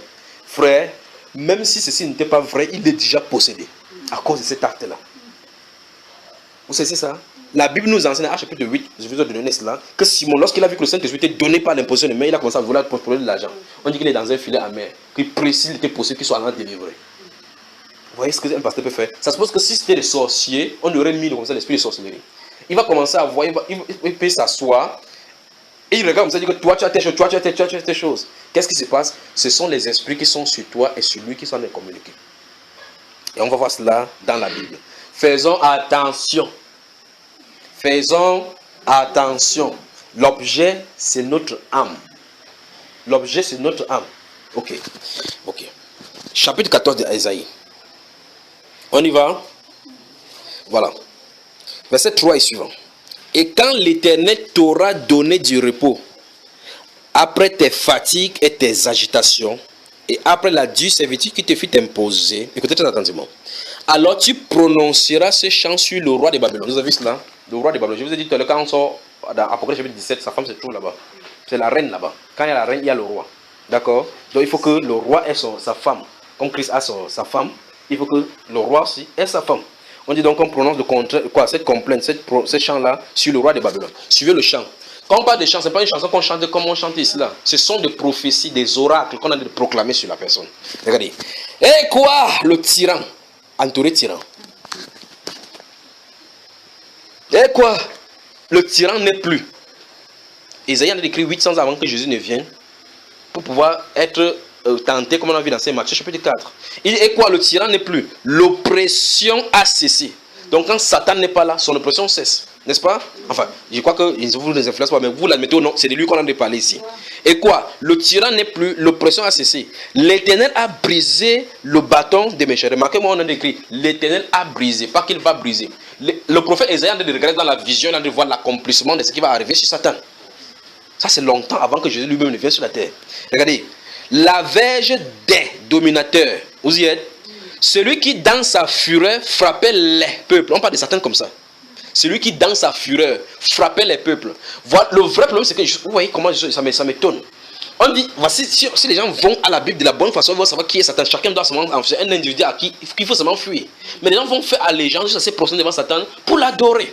Et on dit que c'est celui donc qui frappait, on dit que celui qui, dans sa fureur, frappait les peuples. Mais quelqu'un chante gloire à toi, Satan, jusqu'à d'autres composent la musique pour lui. D'autres chantent en dessinant 666 sur les corps. Pourquoi? Parce qu'ils ont vendu leur âme au diable. Le bien pour eux, c'est le mal pour eux, c'est le bien. C'est cela. Remarquez ce qu'on dit de Satan. On dit que s'il frappait le peuple, mais pourtant, vous voyez effectivement, tout le monde semble être en paix. Tout le système économique, politique, démocratique et placé là-bas, c'est lui qui a conçu cela. C'est son monde à lui là-bas. Le prince de ce monde-ci. Je vais que... Enfin, allons-y. Regardez.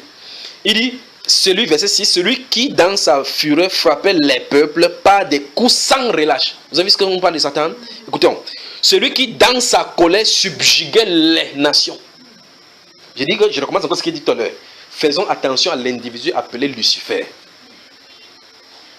On dit subjugue une personne qui subjugue les nations. Tout à l'heure, on va rentrer dans... Gardez le doigt dans le livre des Matthieu, on n'a pas fini là-bas, on va y revenir. Regardez. Il dit, celui qui dans sa colère subjuguait les nations est poursuivi sans ménagement. Donc celui-ci qui faisait ces choses, lui aussi maintenant c'est son tour. Donc vous voyez que c'est le jugement de Satan ici. Maintenant regardez. Toute la terre jouit du repos et de la paix.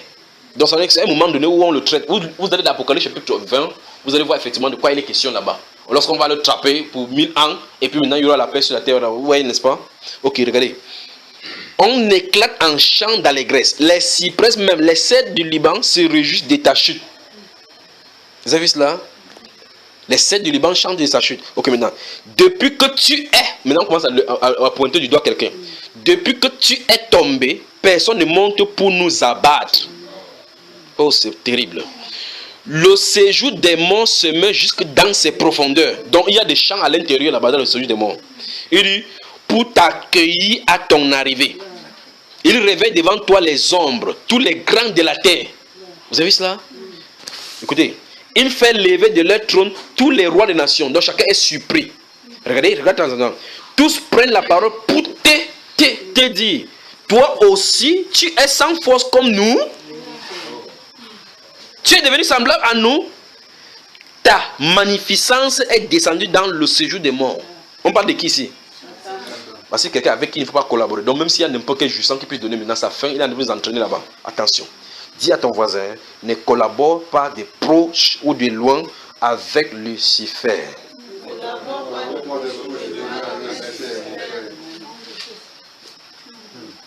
On y est? Regardez. Regardez. ta magnificence, nous sommes au verset 11, est descendue dans le séjour des morts avec le son de tes luttes. Sous toi est une couche de verre. Vous pouvez prendre dans Actes des Apôtres chapitre 12 verset 23 quand Hérode a écrit, harangué, le verre l'a pénétré puis il est mort. Voilà ça. Maintenant regarde. Puis on dit, te voilà tombé du ciel. Oh mon Dieu, je n'aime pas ça. Soulignez ça, vous mettez Lucifer. Vous écrivez Lucifer en bas. Vous voyez, quand vous lisez ceci, on semble dire, là, ça commence à parler de Jésus là maintenant, parce que ce sont l'un de ses attributs là-bas. C'est pas normal ça. On vient de dire ici, et c'est un vrai problème. C'est un vrai problème, regardez. Vous regardez le verset 5 en haut, on dit, l'Éternel a brisé le bâton des méchants, la verge des dominateurs. Ce n'est pas normal. Soulignez dominateur là-bas. Soulignez dominateur qui est en haut là-bas. Mettez entre parenthèses Ésaïe 55 verset 5 là-bas, verset 4. À côté des dominateurs, c'est même pas le moment de faire les études bibliques ici là. J'aurais souhaité prêcher pour avancer, mais il y a des choses qui me dérangent là. Il y a des attributs.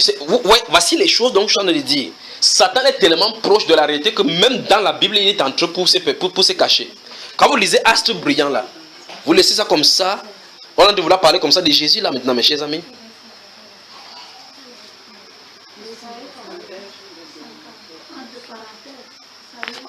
« 55 verset 4.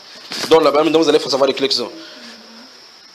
Vous ne pouvez pas confondre la domination du Seigneur à la dictature antichrist. Ce n'est pas les mêmes attributs. Écoutez très attentivement. Okay, on va arriver en bas là, vous allez voir cette chose là. Regardez. Et regardez. Vivant encore le verset 12. Te voilà tombé du ciel.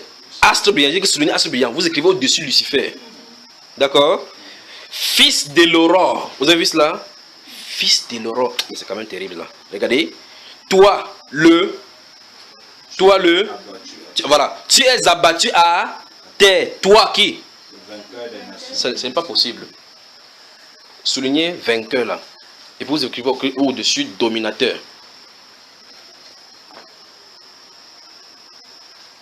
Soulignez, on continue. Vous écrivez dominateur. Donc je vais relire cela avec ce que vous avez écrit.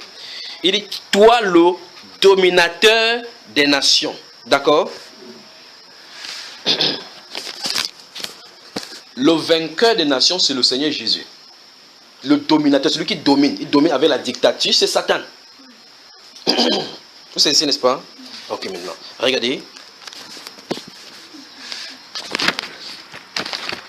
Ouvrez Ésaïe 55 là rapidement, verset 4 pour qu'on dise ce qu'il écrit, parce qu'il vous a demandé d'écrire là-bas. 55 verset 4, regardez.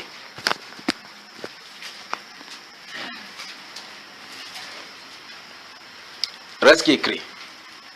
On parle du Seigneur Jésus-Christ ici, du salut qui est offert gratuitement, puis on vient au niveau du verset 4, on dit, pour David, au-dessus on dit, pour rendre durable mes faveurs envers David. Voici, je l'ai établi comme témoin auprès des peuples, comme chef et dominateur des peuples. Vous voyez comment on dit ici? On dit celui-ci est chef et dominateur des peuples. Pourtant, dans Isaïe 14, verset 5, on parlait que Satan est dominateur. Ça, on ne peut pas le tolérer des choses comme ça dans la Bible. Donc il y a quelque chose qui ne va pas. Satan n'a pas été établi comme chef et dominateur des peuples. Non. D'accord? C'est le Seigneur Jésus-Christ. Maintenant, regardons ici. Rentrons dans notre Isaïe 14 là.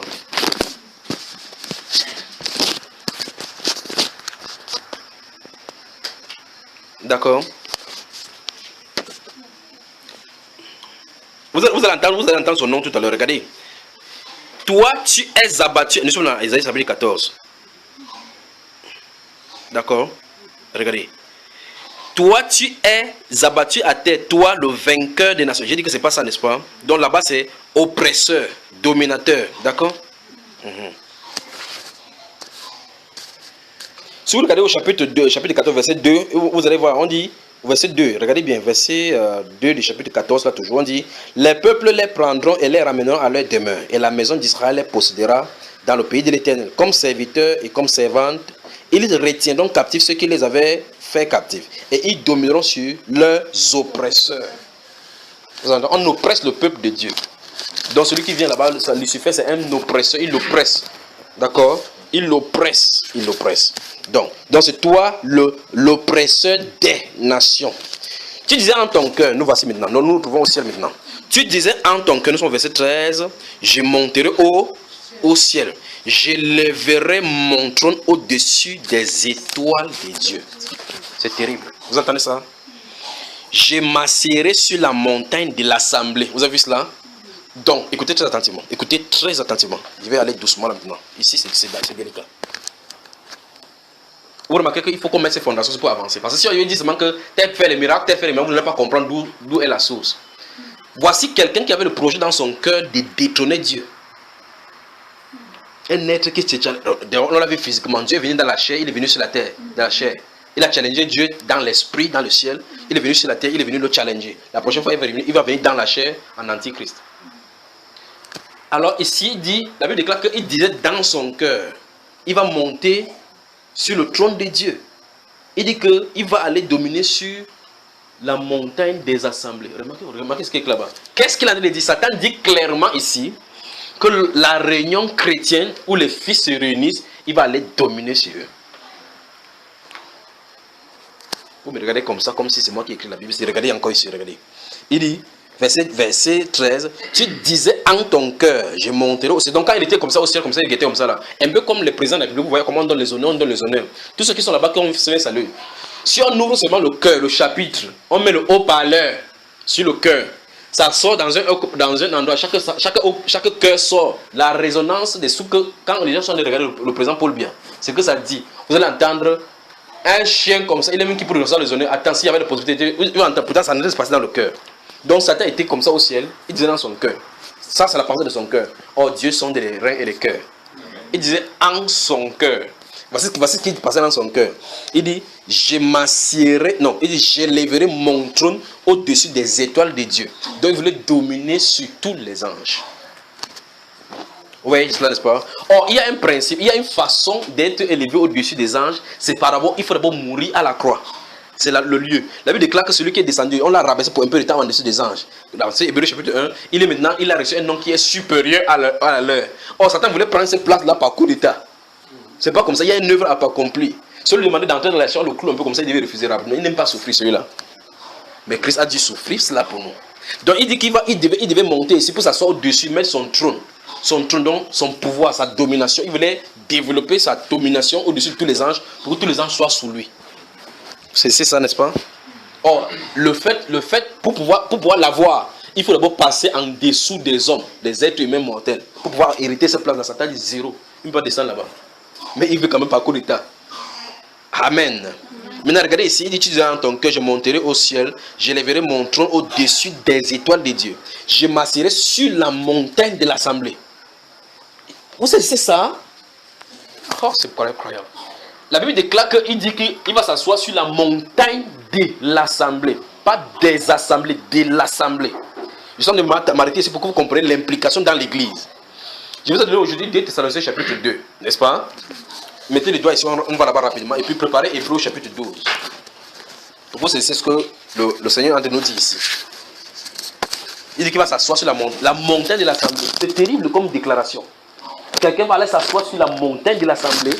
Écoutez bien ce que le Saint-Esprit va dire là maintenant. Regardez. 2 Thessaloniciens, je vous montre aussi rapidement là. Préparez Hébreux, parce que Hébreux se trouve tout après là, devant là, quelque part.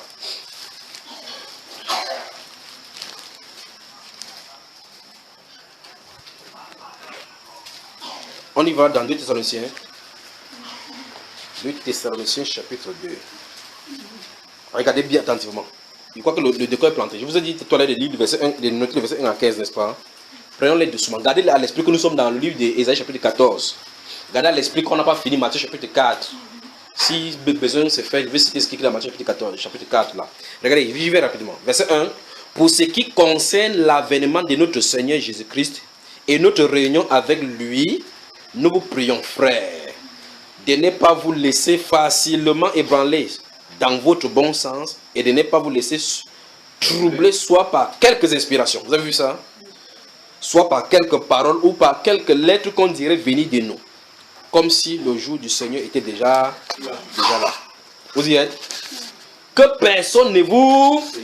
Vous voyez, n'est-ce pas? L'église a été prévenue à plusieurs endroits. D'aucune manière, car il faut que, l'apostasie soit arrivée auparavant, et qu'on ait vu l'homme du péché, qu'on ait vu paraître l'homme du péché, l'homme du péché, l'autre son nom c'est le fils de la perdition. Écoutez encore, c'est pas encore fini, le qualificatif. L'adversaire qui s'élève au-dessus, vous avez encore vu le mot? Au-dessus de tout ce qu'on appelle Dieu. C'est ce qu'on a trouvé dans Isaïe. De tout ce qu'on appelle Dieu ou de ce qu'on adore. Jusqu'à s'asseoir où? C'est proclamant lui-même. Vous avez vu ça? Donc, les projets du cœur de Satan vont s'accomplir. Les projets du cœur de Satan vont s'accomplir jusqu'à qu'on vienne nous détourner de là. Souvenez-vous, j'avais dit un jour ici, dans le livre de Galates chapitre 1, verset 8, 6, l'apôtre Paul dit que je vous écris cela au sujet de ceux qui vous troublent, qui veulent renverser l'évangile de Christ. Lorsque le Saint-Esprit avait émis cette idée dans la Bible, qu'il y a des gens qui veulent renverser l'évangile de Christ, puis il dit là maintenant, quand nous-mêmes, quand un ange ici a annoncé notre évangile, autre coup, ce que nous avons annoncé, qu'ils soient anathèmes. Au verset 6, donc, il dit que c'est qu'il y a des gens qui veulent enseigner d'autres évangiles pour renverser l'évangile de Christ. Ça veut dire clairement, le Saint-Esprit dit que le moment arrive où un autre évangile va sortir pour pouvoir détrôner l'évangile. C'est ce qu'il en a dit. Donc quand Satan a dit dans son cœur que je veux ce projet-là, ça doit se manifester. C'est ça. La Bible déclare qu'il va aller le faire. Ça soit dans le temple de Dieu, s'appeler lui-même Dieu. Vous entendez ce qui est écrit? C'est devant nous là maintenant. Ceci n'est pas encore accompli. Ça va venir devant nous. Mais nous pouvons donc voir les prémices de ces choses-ci. Le fait que Satan est déjà au milieu chrétien. Puisqu'on a vu tout à l'heure à l'entrée de matière qu'il se donnera de foule de doctrine, il va enseigner les doctrines démoniaques. On a vu ça, n'est-ce pas? Donc Satan a déjà ses élus à l'intérieur, au milieu de l'église. On a dit que 2 Corinthiens chapitre 11 dit que Satan lui-même se présente en ange de lumière. Il n'est pas étonnant donc que ces ministres se présentent en ministre de justice. Regardez bien, c'est un ministre de justice. Donc il vient, il peut vous parler de certains aspects de la vérité, parler de la rédemption par le sang de Jésus, mais ce sont les ouvriers d'iniquité. Ils disent la vérité que Christ est mort à la croix. Oh bien-aimé, Christ est mort à la croix pour tes péchés, mais il n'est pas sauvé. Il a un but, parce qu'à un moment donné, il va injecter les doctrines qui vont t'entraîner à la dérision. C'est terrible. Vous voyez, continuons cette lecture ici, regardez. Ne vous souvenez-vous pas, verset 5 de 2 Thessaloniciens chapitre 2, ne vous souvenez-vous pas que je vous disais ces choses lorsque j'étais encore chez vous? L'apôtre, ça veut dire que l'apôtre a dit ça physiquement comme ça, comme j'en ai parlé. Quand il est allé, certaines personnes commençaient à vouloir enseigner quelque chose, il a dit que je vous avais dit ces choses-là, que en fait, comprenez que voici, quand on vous dit n'importe quelle inspiration, ne croyez pas, voici ce qui va arriver au préalable. N'est-ce pas? Voilà, regardez. Et maintenant, vous savez ce qui le retient afin qu'il ne paraisse qu'en son temps. Donc, vous voyez effectivement que Dieu a fixé le temps pour chaque chose. Voilà maintenant. Car le mystère de l'iniquité agit déjà. C'est pour cela que c'est voilé. Ça veut dire que même la révélation de l'Antichrist est voilée dans un mystère. Ceci veut dire que ce n'est que ceux à qui Dieu a donné la sagesse et l'intelligence pour révéler cela qui peuvent révéler. Toutes les études donc, que les gens vont faire sur Internet en disant que Obama c'est l'Antichrist. Celui-ci c'est l'Antichrist, c'est les équilibrations. Les choses de Dieu ne viennent pas au monde comme ça que tout le monde est au courant. Jamais. Parce qu'on dit que c'est enveloppé. Car le mystère de l'iniquité agit déjà. Il faut seulement que celui qui le retient encore ait disparu. Et alors paraîtra l'impie, que le Seigneur Jésus détruira par le souffle de sa bouche et qu'il anéantira par l'éclat de son avènement. Vous avez vu cela? Puis on explique maintenant. L'apparition de cet impie se fera par la puissance de Satan. Vous avez vu ce que la Bible, le Nouveau Testament dit? L'apparition de cet impie se fera par la puissance de Satan. Avec toutes sortes de miracles, de signes et de prodiges, quoi? Mensongers. Soulignez ce verset. Donc, les pasteurs, les prophètes de l'iniquité qui opèrent les miracles n'est qu'un signe avant-coureur des grands et dignes miracles et prodiges mensongers qui vont se manifester sur la terre pour amener le grand homme à la dérision. Les quelques miracles de prophétie, vous entendez ça et là que les faux prophètes le font, ce n'est que la face visible de l'iceberg. La grande partie est immergée. Ça va se révéler, manifester, ça va amener les gens dans la dérision. Il dit que l'apparition de cet impie se fera par la puissance de Satan avec tout cela. Voici ce qui va accompagner. Quand l'Antichrist, quand l'homme impie va se manifester, le miracle, les prodiges, les miracles vont l'accompagner. Mais on dit que ces miracles sont des miracles mensongers. Quand c'est un miracle mensonger, ça se pose que c'est un miracle qui va conduire les gens vers le menteur. C'est un miracle qui va conduire les gens vers le menteur. C'est un miracle qui va conduire les gens vers le menteur. Il va donner les prodiges, les miracles, les prophéties. Oui, ça sera vrai, mais ça va conduire les gens vers le menteur et père du mensonge. Mais le Saint-Esprit a déjà dévoilé que quand il va venir, il va accomplir les miracles. Donc Satan accomplit effectivement les miracles. Il n'est pas donc étonnant que ses serviteurs aussi accomplissent les miracles. Et là, on peut retracer dans les Écritures partout. Mais souvenez-vous, l'enjeu se trouve en milieu religieux. L'enjeu donc se trouve en milieu religieux. On avance dans le milieu religieux, l'enjeu se trouve en plein milieu chrétien. Parce que si vous prenez un bouddhiste, on sait que ce sont un dieu païen. Si vous prenez les dieux africains, ce sont les dieux païens. Vous prenez la révélation, vous prenez la Bible, vous mettez là-bas, ça montre qui est le vrai Dieu. Et donc là, c'est là-bas où il y a l'enjeu. C'est là où il y a l'enjeu. Amen. Amen. Vous avez suivi ce qu'il dit? Donc Satan, le diable, avait dit dans son cœur qu'il va aller s'asseoir. Et on voit dans 2 Thessaloniciens que ça va s'accomplir, n'est-ce pas? Maintenant, regardez. On dit que c'est dans le temple de Dieu. C'est vraiment à proclamer Dieu. Il est au-dessus de tout ce qu'on adore et tout ce qu'on appelle Dieu. Alors, tout après le livre, si on va dans Hébreux chapitre 12. Allons-y maintenant, regardez. Hébreux chapitre 12.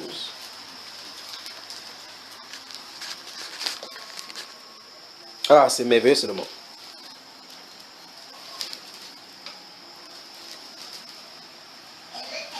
Hébreux le chapitre 12. On y va.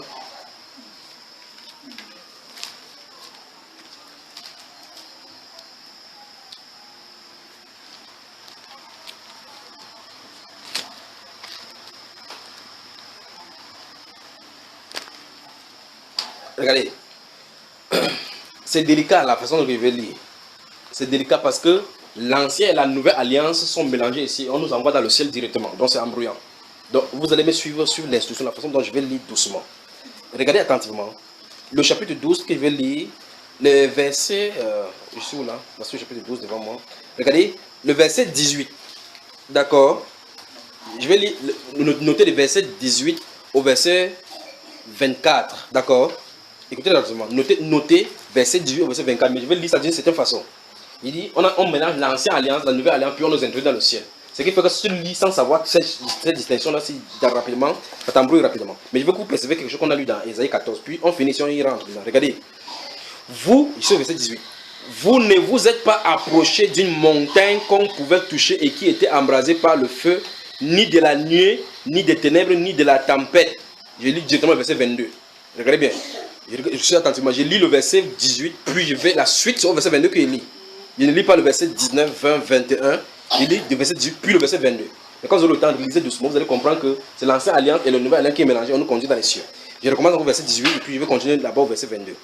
Vous ne vous êtes pas approché d'une montagne qu'on pouvait toucher et qui était embrasée par le feu, ni de la nuit, ni des ténèbres, ni de la tempête. Mais vous vous êtes approchés. Vous voyez, on dit, vous ne vous êtes pas approchés. On a dû prendre dans l'ancienne alliance où les Juifs étaient allés réunir lorsque Dieu descendait à Horeb dans Exode chapitre 19. On a dû prendre une similitude. Écoutez-moi, voyez-moi ici là. On a dû prendre une similitude de la réunion de l'assemblée des Juifs dans le désert où Dieu se présentait sur la montagne. Il dit que ce n'est pas ce style de montagne que vous êtes approché. Là où on avait dit que les bœufs ne pas toucher. Il dit que vous ne vous êtes pas approchés sur cette montagne, mais il y a un style de montagne où les chrétiens sont approchés. Vous voyez ça, n'est-ce pas? L'ancienne alliance, nouvelle alliance, mais ça nous conduit vers le ciel. Regardez. Mais vous vous êtes approchés de la montagne de Sion, virgule. De la cité du Dieu vivant, virgule. La Jérusalem céleste, virgule. Des miracles qui forment le cœur des anges. Regardez bien. De l'assemblée des premiers-nés inscrits dans les cieux, virgule. Du juge qui est le Dieu de tous, des esprits des justes parvenus à la perfection, virgule. La phrase n'est pas encore terminée. De Jésus qui est le médiateur de la nouvelle alliance et du sang de l'aspersion qui parle mieux que celui d'Abel. C'est sur cette montagne-là que Satan a dit qu'il va aller s'asseoir au-dessus. Vous avez vu ça?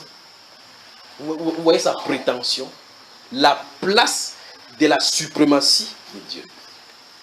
Il dit qu'il va aller s'asseoir sur la montagne, la montagne de l'assemblée. De l'assemblée des premiers-nés inscrits dans les cieux. C'est-à-dire qu'il va dominer sur les fils de Dieu. N'est-ce pas prétentieux? Alors si un être comme ça commence à confronter pour prendre la place de Dieu, ça c'est la place de Dieu. Comprenez qui il est et quelles sont ses intentions. Et donc la Bible nous a enseigné qu'il va accomplir, il va faire ces choses-là.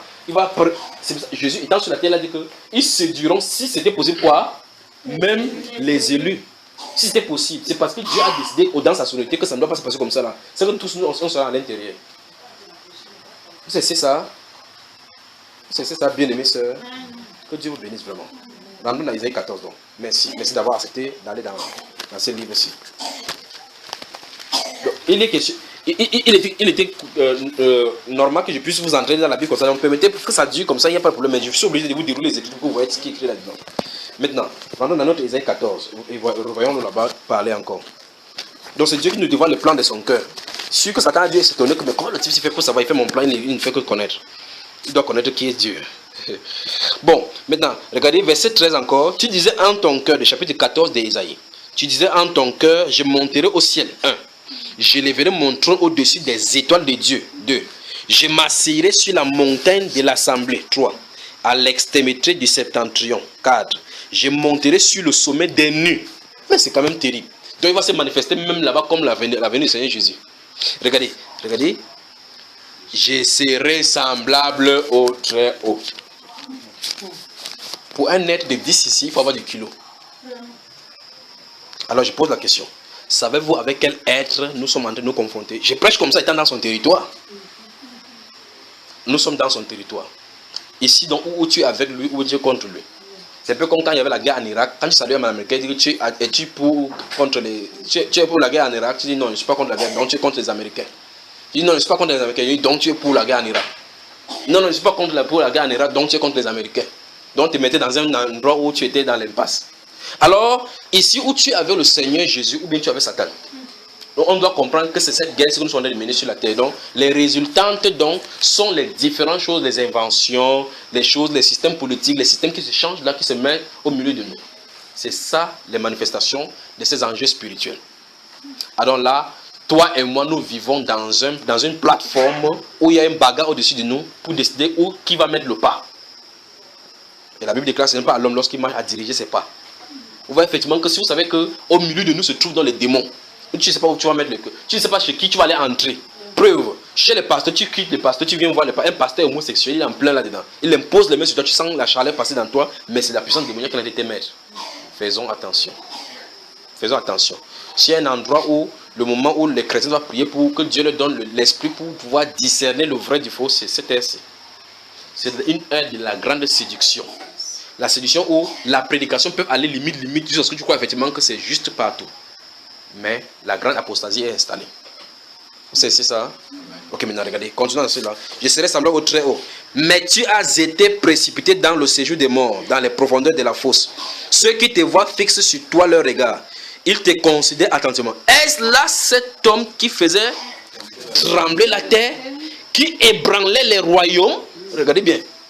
Qui réduisait le monde en désert, qui ravageait les villes. Donc, toutes ces choses-là sont...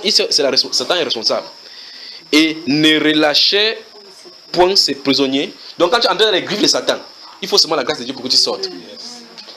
Et la plus terrible de ces forteresses-là, c'est la forteresse religieuse. Dans le monde, tu peux entrer dans les sectes et tu fumes, tu pars quelque part encore, d'autres, le marabout te protège encore que tu es encore dans son camp. La forteresse religieuse, c'est grave. Tu fuis le monde, tu dis, oh, je suis venu chez le pasteur. Oh, tu ne sais pas. Il transfère seulement ton dossier là-bas de chez le marabout vers chez le pasteur. Que suivez le garçon là. Fais tout pour qu'il ne sorte plus là-bas. Tu sais là-bas, tu crois que tu as de servir Dieu et tu étais chez Satan encore. Faisons attention. Chacun doit prier pour une rencontre personnelle avec le Seigneur Jésus. Chacun doit prier, doit soupirer que la communion entre lui et le Seigneur Jésus s'établisse. Tant que cette communion entre toi et le Seigneur Jésus n'est pas établie, ne vous donnez point de répit. C'est uniquement là où vous pouvez faire confiance à Dieu de façon aveugle, sans reposer cela sur un homme. Donc chacun doit chercher la communion avec la face du Seigneur, à la face du Seigneur. Restez-y, votre vie indépendante. Ne comptez pas sur un homme pour vous connecter là-bas. La Bible déclare que par lui, nous avons les uns les autres accès auprès du Père. Allons auprès du Père par le sang de Jésus. Allons, connectons-nous à lui. Prions, demeurons devant lui, pleurons, cherchons sa face. Dis Seigneur, je désire te connaître. Je suis ta fille, je suis ton fils. Je désire te connaître. Est-ce normal qu'un enfant ne connaisse pas la voix de son père? Je désire entendre ta voix. Il parlera. Demeurez-y, il parlera. Il parlera. D'accord? Ne faites pas confiance aux hommes. Faites confiance au Seigneur Jésus. Vous allez voir, il va vous conduire dans la vérité. Amen. Alors maintenant, quand vous avez confiance, quand votre confiance, votre relation est établie avec Dieu, il peut te conduire vers les hommes qu'il s'est choisis. De temps en temps, s'il te conduit vers les hommes, s'il parle au travers de ces hommes-là, ce n'est pas à l'homme-là que tu es en train de suivre, c'est Jésus que tu es en train de suivre. Amen. Vous savez là, n'est-ce pas? C'est la méthode de l'écriture là maintenant. Maintenant, il dit, verset 18, tous les rois des nations, oui, tous reposent avec honneur, chacun dans son tombeau. Vous avez vu que ici, on est en train de parler de séjour de mort. Subitement, on parle de tombeau ici. Mais toi, tu as été jeté loin de ton sépulcre. Vous avez vu le mot? Comme un rameau qu'on dédaigne, comme une dépouille de gens tués à coups d'épée et précipités sur les pieds d'une fosse, comme un cadavre foulé aux pieds. Tu n'es pas réuni à eux dans le sépulcre, car tu as détruit ton pays. Tu as fait périr ton peuple. Souligné, ton peuple. Satan a un peuple. Donc même son propre armée, il va les détruire. Maintenant, ça peut choquer maintenant ceux qui ne croient pas qu'il y a deux lignées sur la terre. Il a son peuple. Satan a son peuple.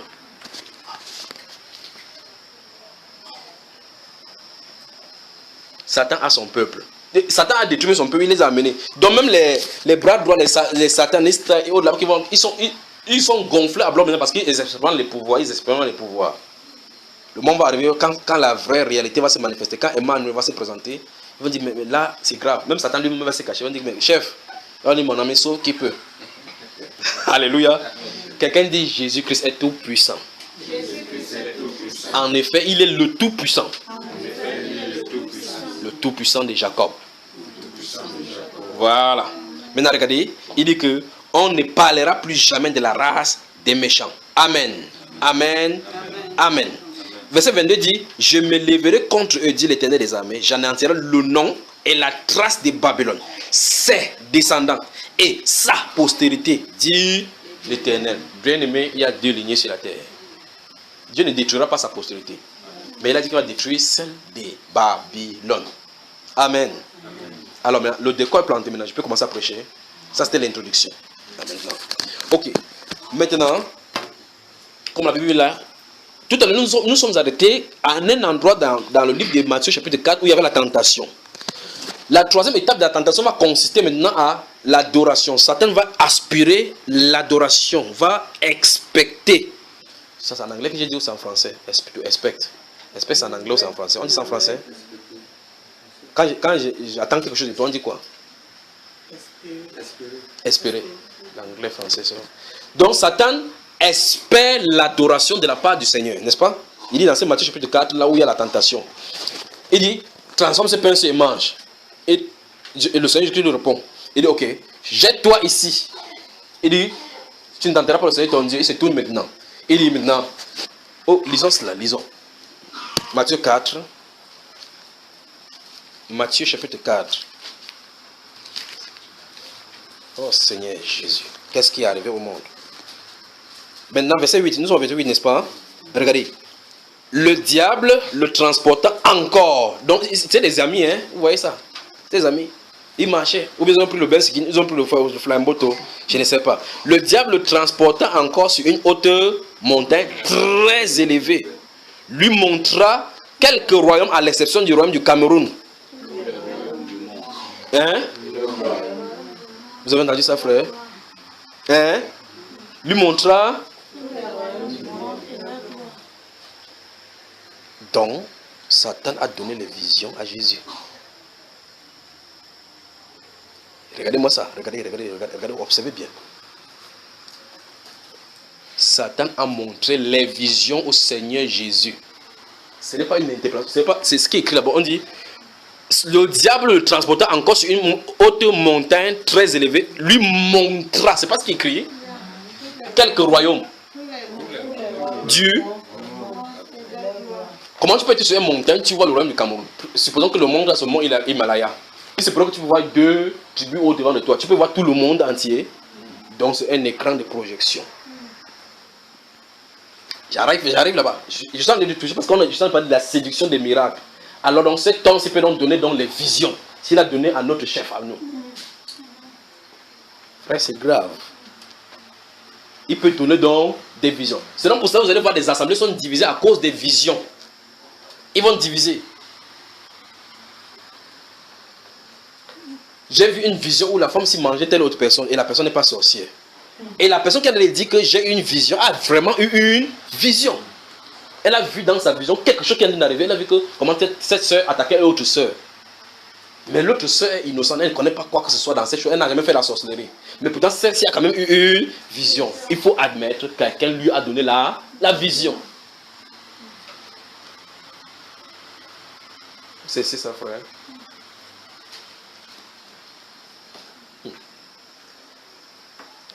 Donc, quand il va entrer dans le développement, on va voir, on va les tracer étape par étape. Mais souvenons-nous, dans 2 Thessaloniciens, on a dit qu'il va faire toutes sortes de prodiges, des miracles mensongers, n'est-ce pas? Bon, maintenant, regardons en quoi consiste la vision. Dans la vision, c'est que ça, si ça va se réaliser. Regardez, verset 9. Et lui dit, je te donnerai toutes ces choses. Donc, ça veut dire que pendant qu'il se tient là, Jésus se tient là, vous savez, si on parle de vision, vous devez savoir ce que la question. Ce n'est pas un rêve. On n'a pas dit Jésus qui allait sur la montagne, il dormait, il a eu une songe. On a dit c'est une vision. Donc, il a fait un certain chose. Ça s'est projeté au-devant de lui. Lui et Jésus regardaient cette vision. On n'a pas dit, Jésus a dit que il te chasse. Je refuse cette vision au nom de Jésus. Je refuse cette vision. Non. Il a fixé la vision, il a regardé. Satan et lui regardaient. Et Satan est sûr qu'il voyait ce que lui il voyait. Il dit que, regarde, je te donnerai toutes ces choses. Vous avez vu ça? Je te donnerai toutes ces choses. Quand George Walker Bush est venu au pouvoir aux États-Unis, il a dit qu'il était en Texas. Dieu a apparu à lui, il a dit que voilà, je te donne en mission, parce que tu vas aller au Proche-Orient pour aller faire quelque chose. Il est venu effectivement, il a monté au pouvoir. Parce qu'ils l'ont monté, parce qu'on l'a mis au pouvoir. Il allait accomplir cette vision-là. Mais ce n'est pas le Dieu du siècle qu'il a envoyé. Ce n'est pas le Dieu du siècle qu'il a envoyé. Regardez bien ici, regardez. Et lui dit, je te donnerai toutes ces choses si, dans la condition qu'il te donne ce que tu vois, c'est que tu te prosternes devant moi et mais cet individu-ci là, cet individu-ci qu'on appelle Lucifer, regardez bien ce qu'il peut faire. Vous suivez, n'est-ce pas? Vous le voyez? Maintenant, regardez. Alors, la Bible veut nous montrer que, si Satan te tente, il va venir premièrement, si tu es chrétien, il va te tenter avec les choses de Dieu. Si tu essaies de résister longtemps, il va sortir avec la séduction du monde. Il va sortir à la séduction du monde dont le but c'est, si tu acceptes cela, tu seras en train de te prosterner au devant de lui. C'est ce que la Bible nous présente ici. Alors vous entendez que les gens ont fait naufrage tout simplement parce qu'ils ont aimé de l'argent. D'autres regardaient une femme qui était brûlée, vous entendez que quelqu'un a chaviré. Mais celui-ci était bon, comment c'est là? Ils sont seulement en train d'aller dans leur lieu. Regardez ici. Et lui dit, je te montrerai tout, je te donnerai toutes ces choses. Si tu te prosternes devant moi, je te prosterne et m'adore. Jésus lui dit, retire-toi, Satan, car il est écrit. Jésus est encore revenu dans l'écrit. Tu adoreras le Seigneur ton Dieu et tu le serviras lui seul. Alors le diable le laissa. Et voici des anges vinrent auprès de Jésus et le servaient. Amen. Amen. Amen. Imaginez ce que le Seigneur Jésus a dû vivre. Parce que donc la Bible déclare qu'ayant été tenté lui-même, il peut venir en aide à tous ceux qui sont tentés. Regardez ce qu'il a subi. Regardez l'oppression qu'il a subi. C'est le chef de tous les anges, des tiers des anges qui va aller le confronter. Et ici, on n'est que pauvre et même mortel. Où on dort, même la souris peut venir nous presser sur le lit. La souris. Le chat passe et te regarde comme ça, la chair de poule t'arrête. Le chat. Le chat qui a seulement le démon de caméra. Il y a des démons qui servent seulement de caméra. Où ils entrent seulement dans les animaux, ils te regardent comme ça. Pendant qu'ils te regardent comme ça, c'est exactement comme on a braqué la caméra et qu'on peut voir à la télévision. Comme les caméras se braquent au boulevard de Vermeer pendant qu'on défile. À la maison, tu les vois sur l'écran. C'est exactement ce qui se passe. Les démons caméra. C'est ça.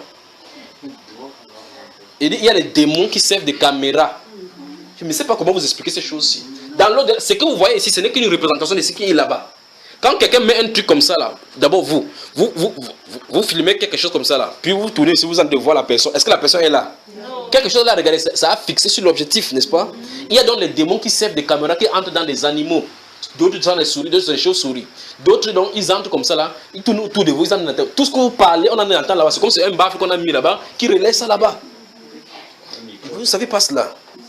Le chat passe à côté de toi, il te regarde comme ça là. Il t'assoit, il te regarde comme ça là. On filme toute la maison. Le chat fait comme ça là. Il tourne la caméra. On a des filmer ça dans notre royaume. Frère, réveillez-vous. Vous dites ça. Donc le Seigneur Jésus-Christ a été confronté au chef de tous ces gens-là. Et nous sommes des mortels. Les petits démons comme ça là qui sont des caméras, vous pouvez faire ça pour casser l'objectif directement. Vous pouvez brouiller l'objectif en disant seulement que sort. Seulement ça. L'objectif est brouillé. Tout l'objectif est brouillé. L'écran casse là-bas, ça renverse tous ceux qui sont en meeting. Je vous le dis au nom du Seigneur Jésus. Alors maintenant, ceux-ci, vous ne pouvez pas les combattre. Et tu mets la main dans la poche comme ça que Satan ne peut rien faire ici dehors. Il te regarde même comme ça, il regarde même que celui-ci, aucun ne t'a le bruit sur lui, laissez-le, mais il s'embrouille. Il va venir nous trouver là-bas lui seul. Faisons attention, l'individu appelé Satan. Jésus a un point essentiel qui veut conduire les gens dans les Écritures. 1. Tous les miracles ne viennent pas de lui. 2. Toutes les prophéties ne viennent pas de lui. 3. Tous les prodiges ne viennent pas de lui. 4. Toutes les bénédictions ne viennent pas de lui, Jésus. 5. Les faux prophètes les fausses prophéties sont dans le plan de Dieu pour éprouver ceux de son peuple. Donc c'est normal qu'il y ait des faux prophètes. C'est Dieu qui a programmé qu'il y ait des faux prophètes.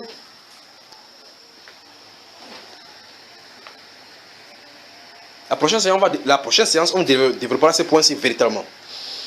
Prenons Deutéronome chapitre 13. Je crois que je vais vous donner ça tout à l'heure. Lisons. Deutéronome chapitre 13. On va prendre le témoignage là. N'oublie pas ton témoignage. Donc tu peux noter le titre, mais pour ne pas oublier. Et que Dieu vous bénisse. Imaginez combien les assemblées sont divisées à cause des visions. Imaginez combien les assemblées... Pour diviser les assemblées chrétiennes, ce n'est pas difficile. Il suffit qu'une prophétie soit où quelqu'un de prier. Ah, j'ai vu une vision. La femme de pasteur couchait avec la femme avec l'autre. C'est terminé. Ah, ce sera terminé. C'est terminé. Beaucoup sont comme ça là. D'autres ont pris, la propriété. L'autre a volé l'argent de l'église. Après, on dit, frère, où est l'argent que tu avais là-bas? Il dit que j'ai mis ça bas. Alors, il n'a pas pris. La vision vient de dérouler. La guerre commence. Il manque toujours l'argent de l'église. Voilà donc la division. Pourquoi? Parce que personne n'est pas enraciné dans la parole. Deutéronome chapitre 13. Il dit, les faux prophètes sont un signe de Dieu pour son peuple. C'est-à-dire que pour tester l'enracinement du cœur de son peuple à lui et dans sa parole. C'est pour ça que les faux prophètes sont là. Vous suivez? C'est-à-dire quoi? Nous sommes ici. Nous allons quelque part où nous assoyons dans un stade où on dit qu'un prophète a de venir. Il commence à dire que je suis venu déclarer la bénédiction de Dieu sur toi. Si tu ne peux pas te dire, tu es maudit. Vous savez effectivement qui il est. Vous savez, donc maintenant vous savez que Dieu ne peut pas envoyer un prophète dire ces choses-là. Je suis venu dire cela, que je suis venu proclamer maintenant que vous avez 4 Mercedes. Si tu avais la Mercedes, maintenant que ça se change. Toi qui roules avec la vieille voiture, moi Joséphine dit que c'est de moi qu'on parle. Reçois le ouma au nom de Jésus et que j'arrête, amène au. Maman Joséphine peut dire ça, pas vrai? Alors. Mais il y a des années où elle devait dire que je ne crois pas à la foi que ça va venir. Mais elle est dans la trifte comme ça là. La roue, un peu, il y a la bosse, ça fait comme ça. Le Seigneur dit qu'elle est vivant. Mais il va quand même lui donner. Même sans qu'on ait prophétisé. Il va quand même lui donner. C'était pour elle maintenant. Mais c'est chapitre 13 de Deutéronome. Regardez. S'il s'élève au milieu de toi un prophète. Regardez comment le Saint-Esprit parle. La Bible n'a pas dit si Dieu envoie un prophète. Il dit s'il s'élève. C'est pour vous dire que ça synchronise l'Ancien et le Nouveau Testament de la procédure comme eux ils viennent. La Bible déclare que c'est Dieu qui envoie les prophètes. Jésus dans Matthieu a dit, c'est pour ça qu'il est écrit que je vous envoie des prophètes, vous crucifierez les autres, vous lapiderez les autres, n'est-ce pas? Je vous envoie. Il a donné les uns comme apôtres. Là, il se lèvera du milieu de vous. Vous voyez, ici encore même chose. Il dit, s'il se lève du milieu de vous, il se lève du milieu. Quelqu'un subitement est poussé par un élan, par un esprit. S'il se lève du milieu de toi, un prophète ou un songeur qui t'annonce un signe ou un prodige. Et qu'il y ait accomplissement du signe ou du prodige dont il t'a parlé en disant, allant après d'autres dieux, des dieux que tu ne connaissais point et servant-les, tu n'écouteras pas les paroles de ces prophètes ou de ces voyants. Frère, si l'Église pouvait comprendre ces choses. Dieu vient de nous dire ici qu'il y aura des prophètes qui vont se lever, effectivement, ils vont dire des choses dont les signes vont effectivement s'accomplir. Mais il dit que si ces signes-là, si les prophéties que celui-ci donne, même si ça s'accomplit et que ça te pousse à faire quitter le plan de Dieu pour aller vers d'autres dieux, il y a un problème. Il ne vient pas de lui, il ne faut pas qu'écouter. Alors maintenant, comment quelqu'un va venir te prophétiser pour te détacher de Christ et t'envoyer dans le monde? Je vois maintenant ton mariage. Ton mari c'était un blanc. Et le blanc qui a devenu, parce qu'il est sur internet, c'est pas l'impudicité qu'il a de voir. Il te prophétise effectivement, un blanc t'appelle. Viens sur internet et c'est un blanc qui est divorcé. Remarquez, je veux que vous compreniez ce que je viens de dire. On prophétise ton mari, ma soeur te voit en Amérique, tu es avec un blanc. Mais Satan arrange la chose. Vous avez effectivement 3 jours après, tu passes sur internet, un blanc tombe sur toi. Vous voyez cela, n'est-ce pas? Parce que internet, ça veut dire que le net, on appelle ça la toile. Regardez la toile d'araignée. C'est un système conçu là-dedans. La toile d'araignée est mise dans un coin. L'araignée conçoit, il part dans un point. Tu touches, quand la mouche passe sur ça, ça ne bouge pas. Ça envoie l'information. Malgré qu'il y a plusieurs styles d'étoiles. Quand la mouche touche sur un des fils, l'araignée ne cherche pas à savoir dans quel coin c'est allé. L'information vient à lui, c'est que c'est tel point qui a été touché. Donc quand tu tapes www.bado ou bien drague-moi, ça bouge la toile. Ça tente qu'une de personnes est venue. Alléluia. Alors, la prophétie sort en disant que ton mari c'est un blanc. Tu dis, waouh, j'ai accepté. Je suis en train de dire, Deutéronome chapitre 13 là. Maintenant, le problème c'est que ce blanc c'est un païen. Et Dieu dit que tu es chrétien, tu ne dois pas s'associer avec les païens. Tu ne dois pas te marier aux païens. Il y a un problème qui ne va pas. Deuxième chose, tu finis d'aller là-bas. Tu t'es marié. La personne est divorcée. Laissons le fait que la personne est divorcée. Désormais, dit que ton Dieu, là, je ne veux plus ici. Je ne veux plus lire la Bible. Vous voyez effectivement quelqu'un qui disait qu'elle est chrétienne. Vous la voyez, elle est devenue, elle commence à se maquiller, commence à porter des faux cheveux, ainsi de suite. Elle a quitté la voie de la vérité. La prophétie est venue véritablement, ça s'est accompli. Mais cela pousse à aller servir d'autres dieux. C'est ce que Dieu est en train de dire que normalement, on ne doit pas compter cette prophétie. Est-ce qu'il est écrit là-bas? Or, pourtant, je regarde encore, pourtant, la prophétie s'est accomplie. Donc, ça veut dire que toute prophétie qui ne concourt pas à s'accomplir dans notre vie pour nous faire prendre davantage Dieu, on doit rejeter, même si c'est vrai. Je vais recommencer cela. Toute prophétie qui vient dans notre vie, qui est dirigée dans notre vie, dans notre direction, et que à l'issue de cette résultante, ça ne nous conduit pas davantage à connaître Dieu mieux, à marcher dans la voie de la sainteté, de la crainte de Dieu, on doit restituer cela à qui de droit. On doit rejeter. Vous avez suivi? Ma soeur, ton cœur, tu vas mal, tu es blessé dans ton cœur parce que les gens te déçoivent. Oh, c'est vrai, papa pasteur. Ouais, tu as vu, Seigneur, tu as vu mon cœur. Tu as vu mon cœur, comment on dit, Seigneur, faites attention, ne succombez pas. Ne succombez pas, peuple de Dieu. Ne succombez pas. Vous êtes au-delà des pleurs, des lamentations. Vous êtes au-delà des pleurs. Ah, on a dit quelque chose.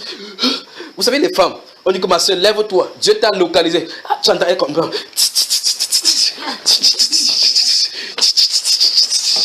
Tu parles. Si elle parle là maintenant, peut-être la prochaine fois, on n'allait pas revenir. Donc mieux, je lis là, les gens la Bible, on parle ici de la Bible. Si elle parle, vous allez dire comme ça. Bon, maintenant, regardons ici. Il dit, s'il se lève au milieu de toi un prophète ou un songeur qui t'annonce. Remarquez, c'est Dieu qui en a parlé. Hein?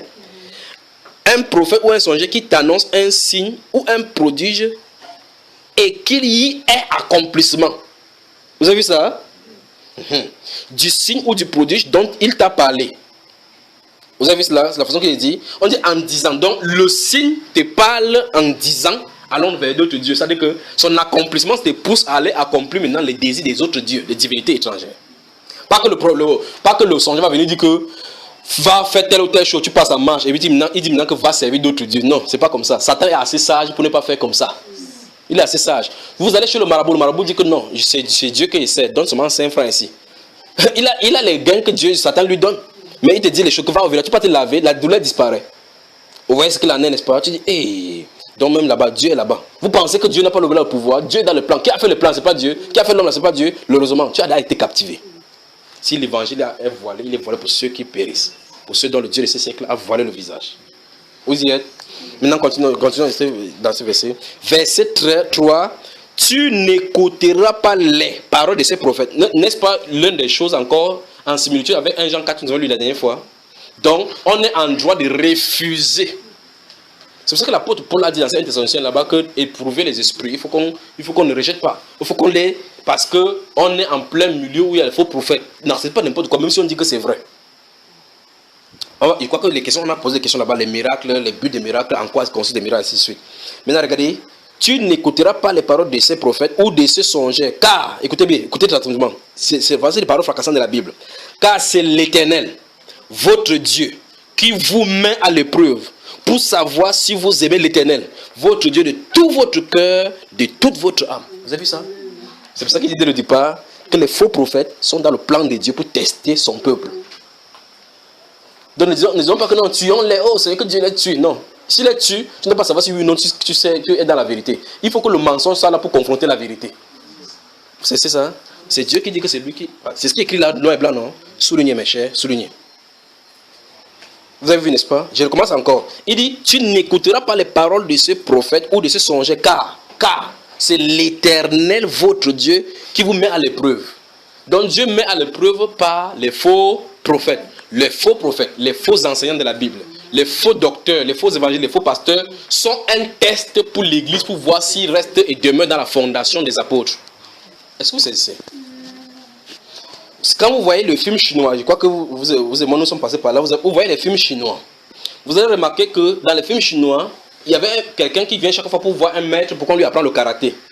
On lui apprend, le maître d'abord au préalable refuse et au-delà il refuse, il prend des moyens pour le chasser, pour voir si celui qui a la volonté pour demeurer. Il utilise tous les genres de moyens pour le faire chasser, la personne ne part pas. Quand celui qui demeure là-bas, on lui donne les 10 épreuves. À un moment donné, après les séances de travail, il envoie d'aller acheter le vin très très loin en passant par la forêt. Sachant que par la forêt, il va passer là-bas, il y aura des attaquants là-bas. Si la personne part, il va attaquer, il part jusqu'à ce qu'il revienne avec les voix, il revient souvent avec les yeux rouges comme ça là. Mais il est quand même passé par les épreuves. En l'envoyant aller chercher le vin là-bas, il savait très bien qu'il doit confronter les adversaires là-bas. Mais comme il aime tellement son maître, il tient ferme jusqu'à ce qu'il l'amène cela. Donc ces gens-là qui sont en train de lutter là-bas sont exactement comme le faux prophète que Dieu a placé pour tester la force de celui-là. Parce que celui-ci apprend le karaté chaque fois sans combattre. Il ne saura pas si oui ou non il est fort. Il ne saura pas savoir quel est son niveau. C'est pour ça que Dieu laisse dans le faux prophète là-bas pour tester si oui ou non tu tiens ferme à la parole, si tu aimes Dieu vraiment comme tu dis. C'est pour ça que Dieu a fait cela. C'est n'est-ce pas? Je continue. Vous permettez que je continue? Alors, notez Exode chapitre 3, chapitre 7 jusqu'au chapitre 12. Notez. Je vais expliquer ce qu'il y a là-bas, vous allez voir. Et puis on va y revenir. Je vais commencer maintenant. Que Dieu vous bénisse vraiment. Que Dieu vous bénisse. Des confrontations vont avoir la genèse de l'église. Proprement dit, les prophéties de l'église, proprement dit, vont commencer à se manifester au travers de la sortie des Juifs d'Israël en Égypte. Le symbole était bien clair là-dedans. Pour montrer effectivement que l'église devait être rachetée des péchés de la souillure. N'est-ce pas? Lorsqu'ils sortent, avant de sortir l'église, enfin les Juifs là-bas, il faut qu'ils sortent par la main puissante. La puissance a été exercée pour le faire. Par des prodiges faits au travers de Moïse et autres, n'est-ce pas? C'est à cause de cela, c'est par cette grande puissance étendue par Dieu qui a fait que le peuple puisse sortir. C'est-à-dire que la résistance, le dominateur, l'oppresseur des nations puisse les laisser partir. C'est ça, n'est-ce pas? Alors, lorsque Moïse vient se présenter en Égypte, il y a confrontation entre la puissance des dieux et la puissance pharaonique, n'est-ce pas? Si Moïse est le représentant des dieux, Pharaon et ses disciples doivent être représentants de quelque part. Nous sommes d'accord? L'être humain en lui-même n'a pas de puissance. L'être humain en lui-même n'en a pas comme puissance. Alors Moïse s'est tenu là-bas. Je sais qu'il a donné Exode chapitre 7 jusqu'au chapitre 11. Pourquoi vous lisez ces confrontations là-bas? Il lance son serpent, son bâton, ça devient le serpent. Or Dieu lui a parlé dans le désert que lance ton bâton. Qu'est-ce que ça fait? Ça devient le serpent parce que Dieu connaissait ce qui est là-bas. Il sait que c'est ce qu'ils font. Alors il lance le bâton, ça devient le serpent. Quand ils sont arrivés, Moïse dit, laisse partir mon peuple. Ainsi parle le Seigneur, laisse partir mon peuple. Tu fais quel genre de signe, quel genre de Dieu? Pour qu'on craigne Dieu, il faut qu'on voie sa puissance. Pour qu'on craigne Dieu, il faut qu'on voie sa puissance. Si vous continuez à parler de Dieu littéralement aux gens que Dieu fait, il faut avoir peur de Dieu. Hein. Il va se tourner à côté de toi, il va voir que quelque chose ne va pas chez toi. Parce qu'il connaît un grand-père qui mangeait, il connaît un ministre qui volait, il connaît un garçon qui volait, tous réussissaient. Mais quand Dieu exerce son jugement, manifeste sa puissance, la crainte s'empare. Chaque fois. C'est comme ça. Alors, Moïse s'est taisé là-bas, il a lancé le bâton. Pharaon a dit que si c'est le Dieu qui fait que le bâton devant un serpent, qui te dit qu'il vient faire, c'est que peut-être c'est même mon Dieu qui t'a encore envoyé. Les autres sont pas dit que venez, Jambres, mais lancez pour vous. Jeannès a lancé, Jambres a lancé, c'est devenu le serpent. Moïse lui-même a été étonné. Dieu ne lui a pas dit cela. Dieu était à l'œuvre pour montrer au fur et à mesure.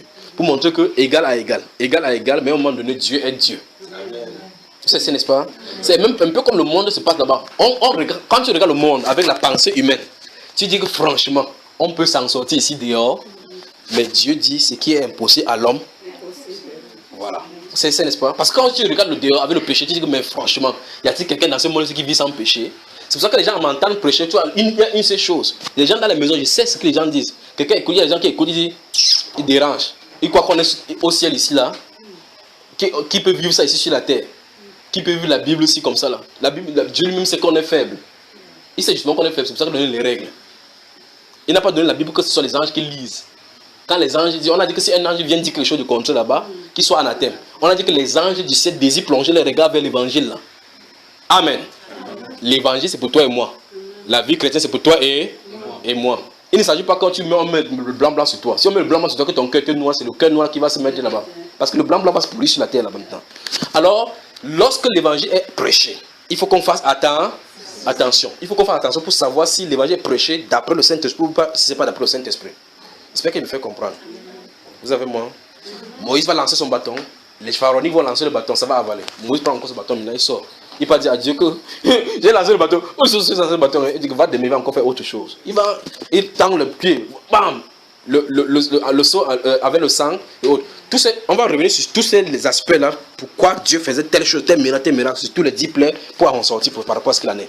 Alors, quand il frappe le sang, le gars dit, c'est que ça, on peut faire que ça devienne tout devient le foléré. Il part encore, il revient. Quand le corocoro a commencé, Ça a gratté. Le gars, même les magiciens n'avaient pas le temps de faire des... Pharaon, tu ferais mieux de faire laisser passer les gars parce que ici là, c'est le doigt de Dieu. Chacun alors comprenait que ici là, c'est grave. Amen. Dieu augmentait seulement la puissance. C'est pour ça que quand Dieu, ces choses-ci, c'est incompréhensible au point où Dieu, s'il vient avec toi, regardez quand il vient avec Jacob pour combattre avec Jacob, il ne vient pas avec toute sa puissance. Il se met au niveau de l'homme. Jacob le cogne comme ça, il a compris que sa créature lui ne blague pas. Vous savez ça dans le Genèse chapitre 32 où Jacob lui avait Dieu. Jacob a donné tant ici là, Dieu a fait ça, Jacob a donné ça tant. Il a compris que Jacob ne blague pas, que Jacob, il dit tu as lutté avec Dieu, tu as gagné. Alors maintenant ça c'est Dieu, il luttait avec l'homme, jouant avec l'homme. Vous voyez ça frère? S'il vient avec sa toute puissance, on va avoir peur de lui. Il veut qu'on ait sa crainte, c'est-à-dire qu'on ait confiance en lui, on s'éloigne du mal. C'est pour ça qu'il ne vient pas avec le courroux. Il vient dans la simplicité pour qu'on puisse le reconnaître avec amour. C'est ça frère. Alors ce Dieu donc là a manifesté sa puissance à Moïse. Mais regardez donc dans ce livre d'Exode, vous allez voir effectivement que deux puissances se manifestent, l'un d'un côté, l'autre de l'autre côté. Et à un moment donné, chaque fois, c'est comme ça que Dieu a accompli. Vous lisez le livre de notez 1 Roi chapitre 22 aussi. Il vous a donné Jérémie chapitre 27 ou Jérémie chapitre 28. Jérémie chapitre 27, chapitre 28. 1 Roi chapitre 22, notez le livre de 1 Roi chapitre 22. J'aille rapidement. Notez aussi 1 Roi chapitre 16 à chapitre 18. Je vais dire ce qui est écrit là-bas rapidement maintenant. Regardez, dans le livre de 1 Roi chapitre 17, chapitre 18, il est question d'Élie qui vient prophétiser sur Akab et sur toute cette tribu-là, qu'il n'y aura pas de pluie. Au chapitre 18, maintenant, il y a confrontation maintenant sur le mont Carmel. Et les êtres humains acceptent la confrontation avec un prophète de Dieu. On dit, ok, mais faites dans votre hôtel. Le Dieu qui répondra par le feu, celui sera celui qui est le vrai Dieu. Pas vrai? Les êtres humains viennent là-bas, ils disent, oh, balo, balo, balo, balo, balo, réponds. Ils ont fait comme ça jusqu'à ce que 15 heures arrivées, personne n'était là. Akab lui a compris que ici c'est fort. Pourquoi ces personnes sont allées là-bas pour accepter la confrontation? Parce qu'ils étaient sûrs qu'il y a une puissance qui va se manifester. Mais ils ne savaient pas que Dieu, la Bible déclare qu'il est le Dieu des dieux. Il est le Seigneur des seigneurs. Donc quand il dit la chose accomplie, il l'ordonne, elle existe. Donc quand il ferme, on n'ouvre pas. Quand il ouvre, on ne peut pas fermer. Alors, quand il partait à la confrontation, il croyait peut-être que c'est parce qu'il faisait souvent, ils avaient des résultats. Alors là-bas, Dieu a décidé dans sa souveraineté de fermer. Alors le prophète pouvait aller avec assurance. Il dit, versez l'eau, il verse. Versez encore, il verse. Il dit que, éternel Dieu des armées, afin qu'on sache que c'est sur ta parole que c'est ça a été fait, que c'est toi qui ramènes leur cœur à toi. Donc Dieu a décidé de bloquer ces prophètes-là. Bloquer leur puissance pour manifester sa gloire. C'est pour dire quoi? L'adversaire a de la puissance. L'adversaire a de la puissance. Jésus est l'auteur de la toute puissance. Vous savez, n'est-ce pas? Donc, mais ne négligeons pas la puissance d'en face. Parce qu'avec la puissance d'en face, il manifeste certaines choses qui peuvent être proches de ce que Dieu fait. D'accord? Mais le déploiement va être lorsque l'Antichrist va être sur la terre manifesté. Lorsqu'il va apparaître. Avec toutes sortes de séductions. Quand tu vas fixer seulement les regards sur lui, si tu n'as pas le Saint-Esprit, enfin, comment tu vas le Saint-Esprit? Tu es encore là. Tu mets seulement le pied au stèle, tu prosternes la tête que tu es Dieu. Je vais vous expliquer que vous comprenez. De la même façon, quand Jésus vient dans la vie de quelqu'un, le Saint-Esprit parle au travers de cette personne-là. De la même façon, l'Antichrist vient devant toi, tu es son enfant, tu vas manifester l'esprit Antichrist. Quand Marie est venue vers Élisabeth, Élisabeth, il dit que, salut Élisabeth, il dit que, la Bible déclare Élisabeth remplie du Saint-Esprit. Vous avez vu ça, n'est-ce pas? Comment ça dit que, comment est-ce que, Élisabeth a emporté dans ces vents-là, en train de parler, poussé par l'Esprit. Donc, il n'est plus sous son contrôle. Donc, quand l'Antichrist va se présenter, tu n'as pas le Saint-Esprit, oublie. Tu vas dire, oh mon Dieu, on dit qu'on adore, je me couche seulement devant toi. Wow, quel est comme Dieu, quel Dieu comme toi. Et voilà qui est parti. L'Antichrist. Faisons attention, il est temps de chercher le Seigneur. Alors, les miracles sont programmés pour perdre les gens. La Bible déclare dans ces livres de 2 Thessaloniciens qu'on a lu là-bas, et on dit même que ces signes et ces produits miraculeux là, c'est pour ceux qui périssent. Pour ceux qui n'ont pas aimé, n'ont pas eu l'amour de la vérité pour être sauvés. Donc, il s'agit de prendre position pour la vérité. L'amour de la vérité pour être sauvé. On dit aussi, Dieu leur envoie une puissance d'égarement. Souvenez-vous de cette phrase, on va développer ça la prochaine fois. Dieu leur envoie une puissance d'égarement. On va lire un exemple dans le livre de Deutéronome chapitre 13 ici. Dieu leur envoie une puissance d'égarement. Donc Dieu laisse effectivement que Satan domine sur eux pour qu'ils soient égarés. Amen. Tous les miracles ne viennent pas de Dieu. Tous les prophéties ne viennent pas de Dieu. Même si les miracles sont vrais et ça restaure certaines choses. Même si les prophéties sont vraies, ça donne certaines directions. toutes les bénédictions ne viennent pas de Dieu, même si ça bénit et que les générations sont bénies. Dans Actes chapitre 17, Actes chapitre 17 et chapitre 19, là, on voit un monsieur qu'on appelle, comment il s'appelle, Alexandre le forgeron, ceux-là qui, non, comment il s'appelle, c'est Démétrius, qui était orfèvre. Il avait toute une société avec les gens qui travaillaient là-bas. Il bénissait les familles, pas vrai? Des gens vivaient de cette chose-là. Il dit que notre entreprise, le bien-être, notre bien-être dépend de cela. Mais il fabriquait quoi? Le temple des idoles. Donc ça dit que sa source de revenus venait de la fabrication des temples des idoles. Et Dieu dit que l'homme qui fabrique les idoles est néant comme eux.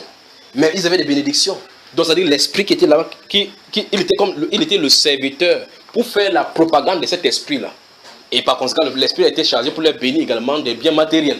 Donc tous ces biens qu'ils mangeaient là, ils mangeaient des biens de l'idolâtrie. Vous voyez, toutes les bénédictions ne viennent pas des dieux. Toutes les bénédictions, parce que la Bible déclare que ce sont les bénédictions qui enrichissent, ne font sur d'aucun chagrin. Il veut par là dire que d'autres bénédictions ne viennent pas de lui. Et là-bas, il y a le malheur derrière. Vous voyez les jeunes gens, ils sortent 20 ans, grosse Mercedes, voiture de 400 millions. Et ils sont là 2 minutes après vous avez meurent. Ou s'ils ont pris cet argent, c'est venu de quelque part. Ils ont vraiment vécu dans le luxe, dans le truc, mais l'âme, c'est le diable. Vendu au diable. Faisons attention. La séduction par les miracles. Satan est sur le point de séduire les gens par les miracles. C'est pour ça qu'il envoie de ces prophètes-là pour qu'ils puissent faire des grandes campagnes d'évangélisation où ça attire les foules. Et en bénéfice, il prend l'argent, c'est sa tactique. Il te copte, il te donne la puissance. En derrière, tu profites de l'argent que ça va procurer. Satan moissonne l'âme au travers. Dans Actes chapitre 17, on a vu cette servante-là que l'apôtre a chassé l'esprit Python. La Bible déclare que les maîtres de cette servante, voyant la perte de leur gain, ont jeté l'apôtre Paul en prison. Donc cette femme prophétisait, l'argent qui entrait, ses maîtres prenaient. Mais ils donnaient les vraies prophéties. Faisons attention. On est assez grand pour ne pas croire à n'importe quel miracle. Et au sortir de cet enseignement, de la deuxième partie, nous allons voir dans le développement comment discerner les miracles et répondre à toutes les questions que nous avons posées ici. Que la grâce et la paix vous soient multipliées. Bonne soirée.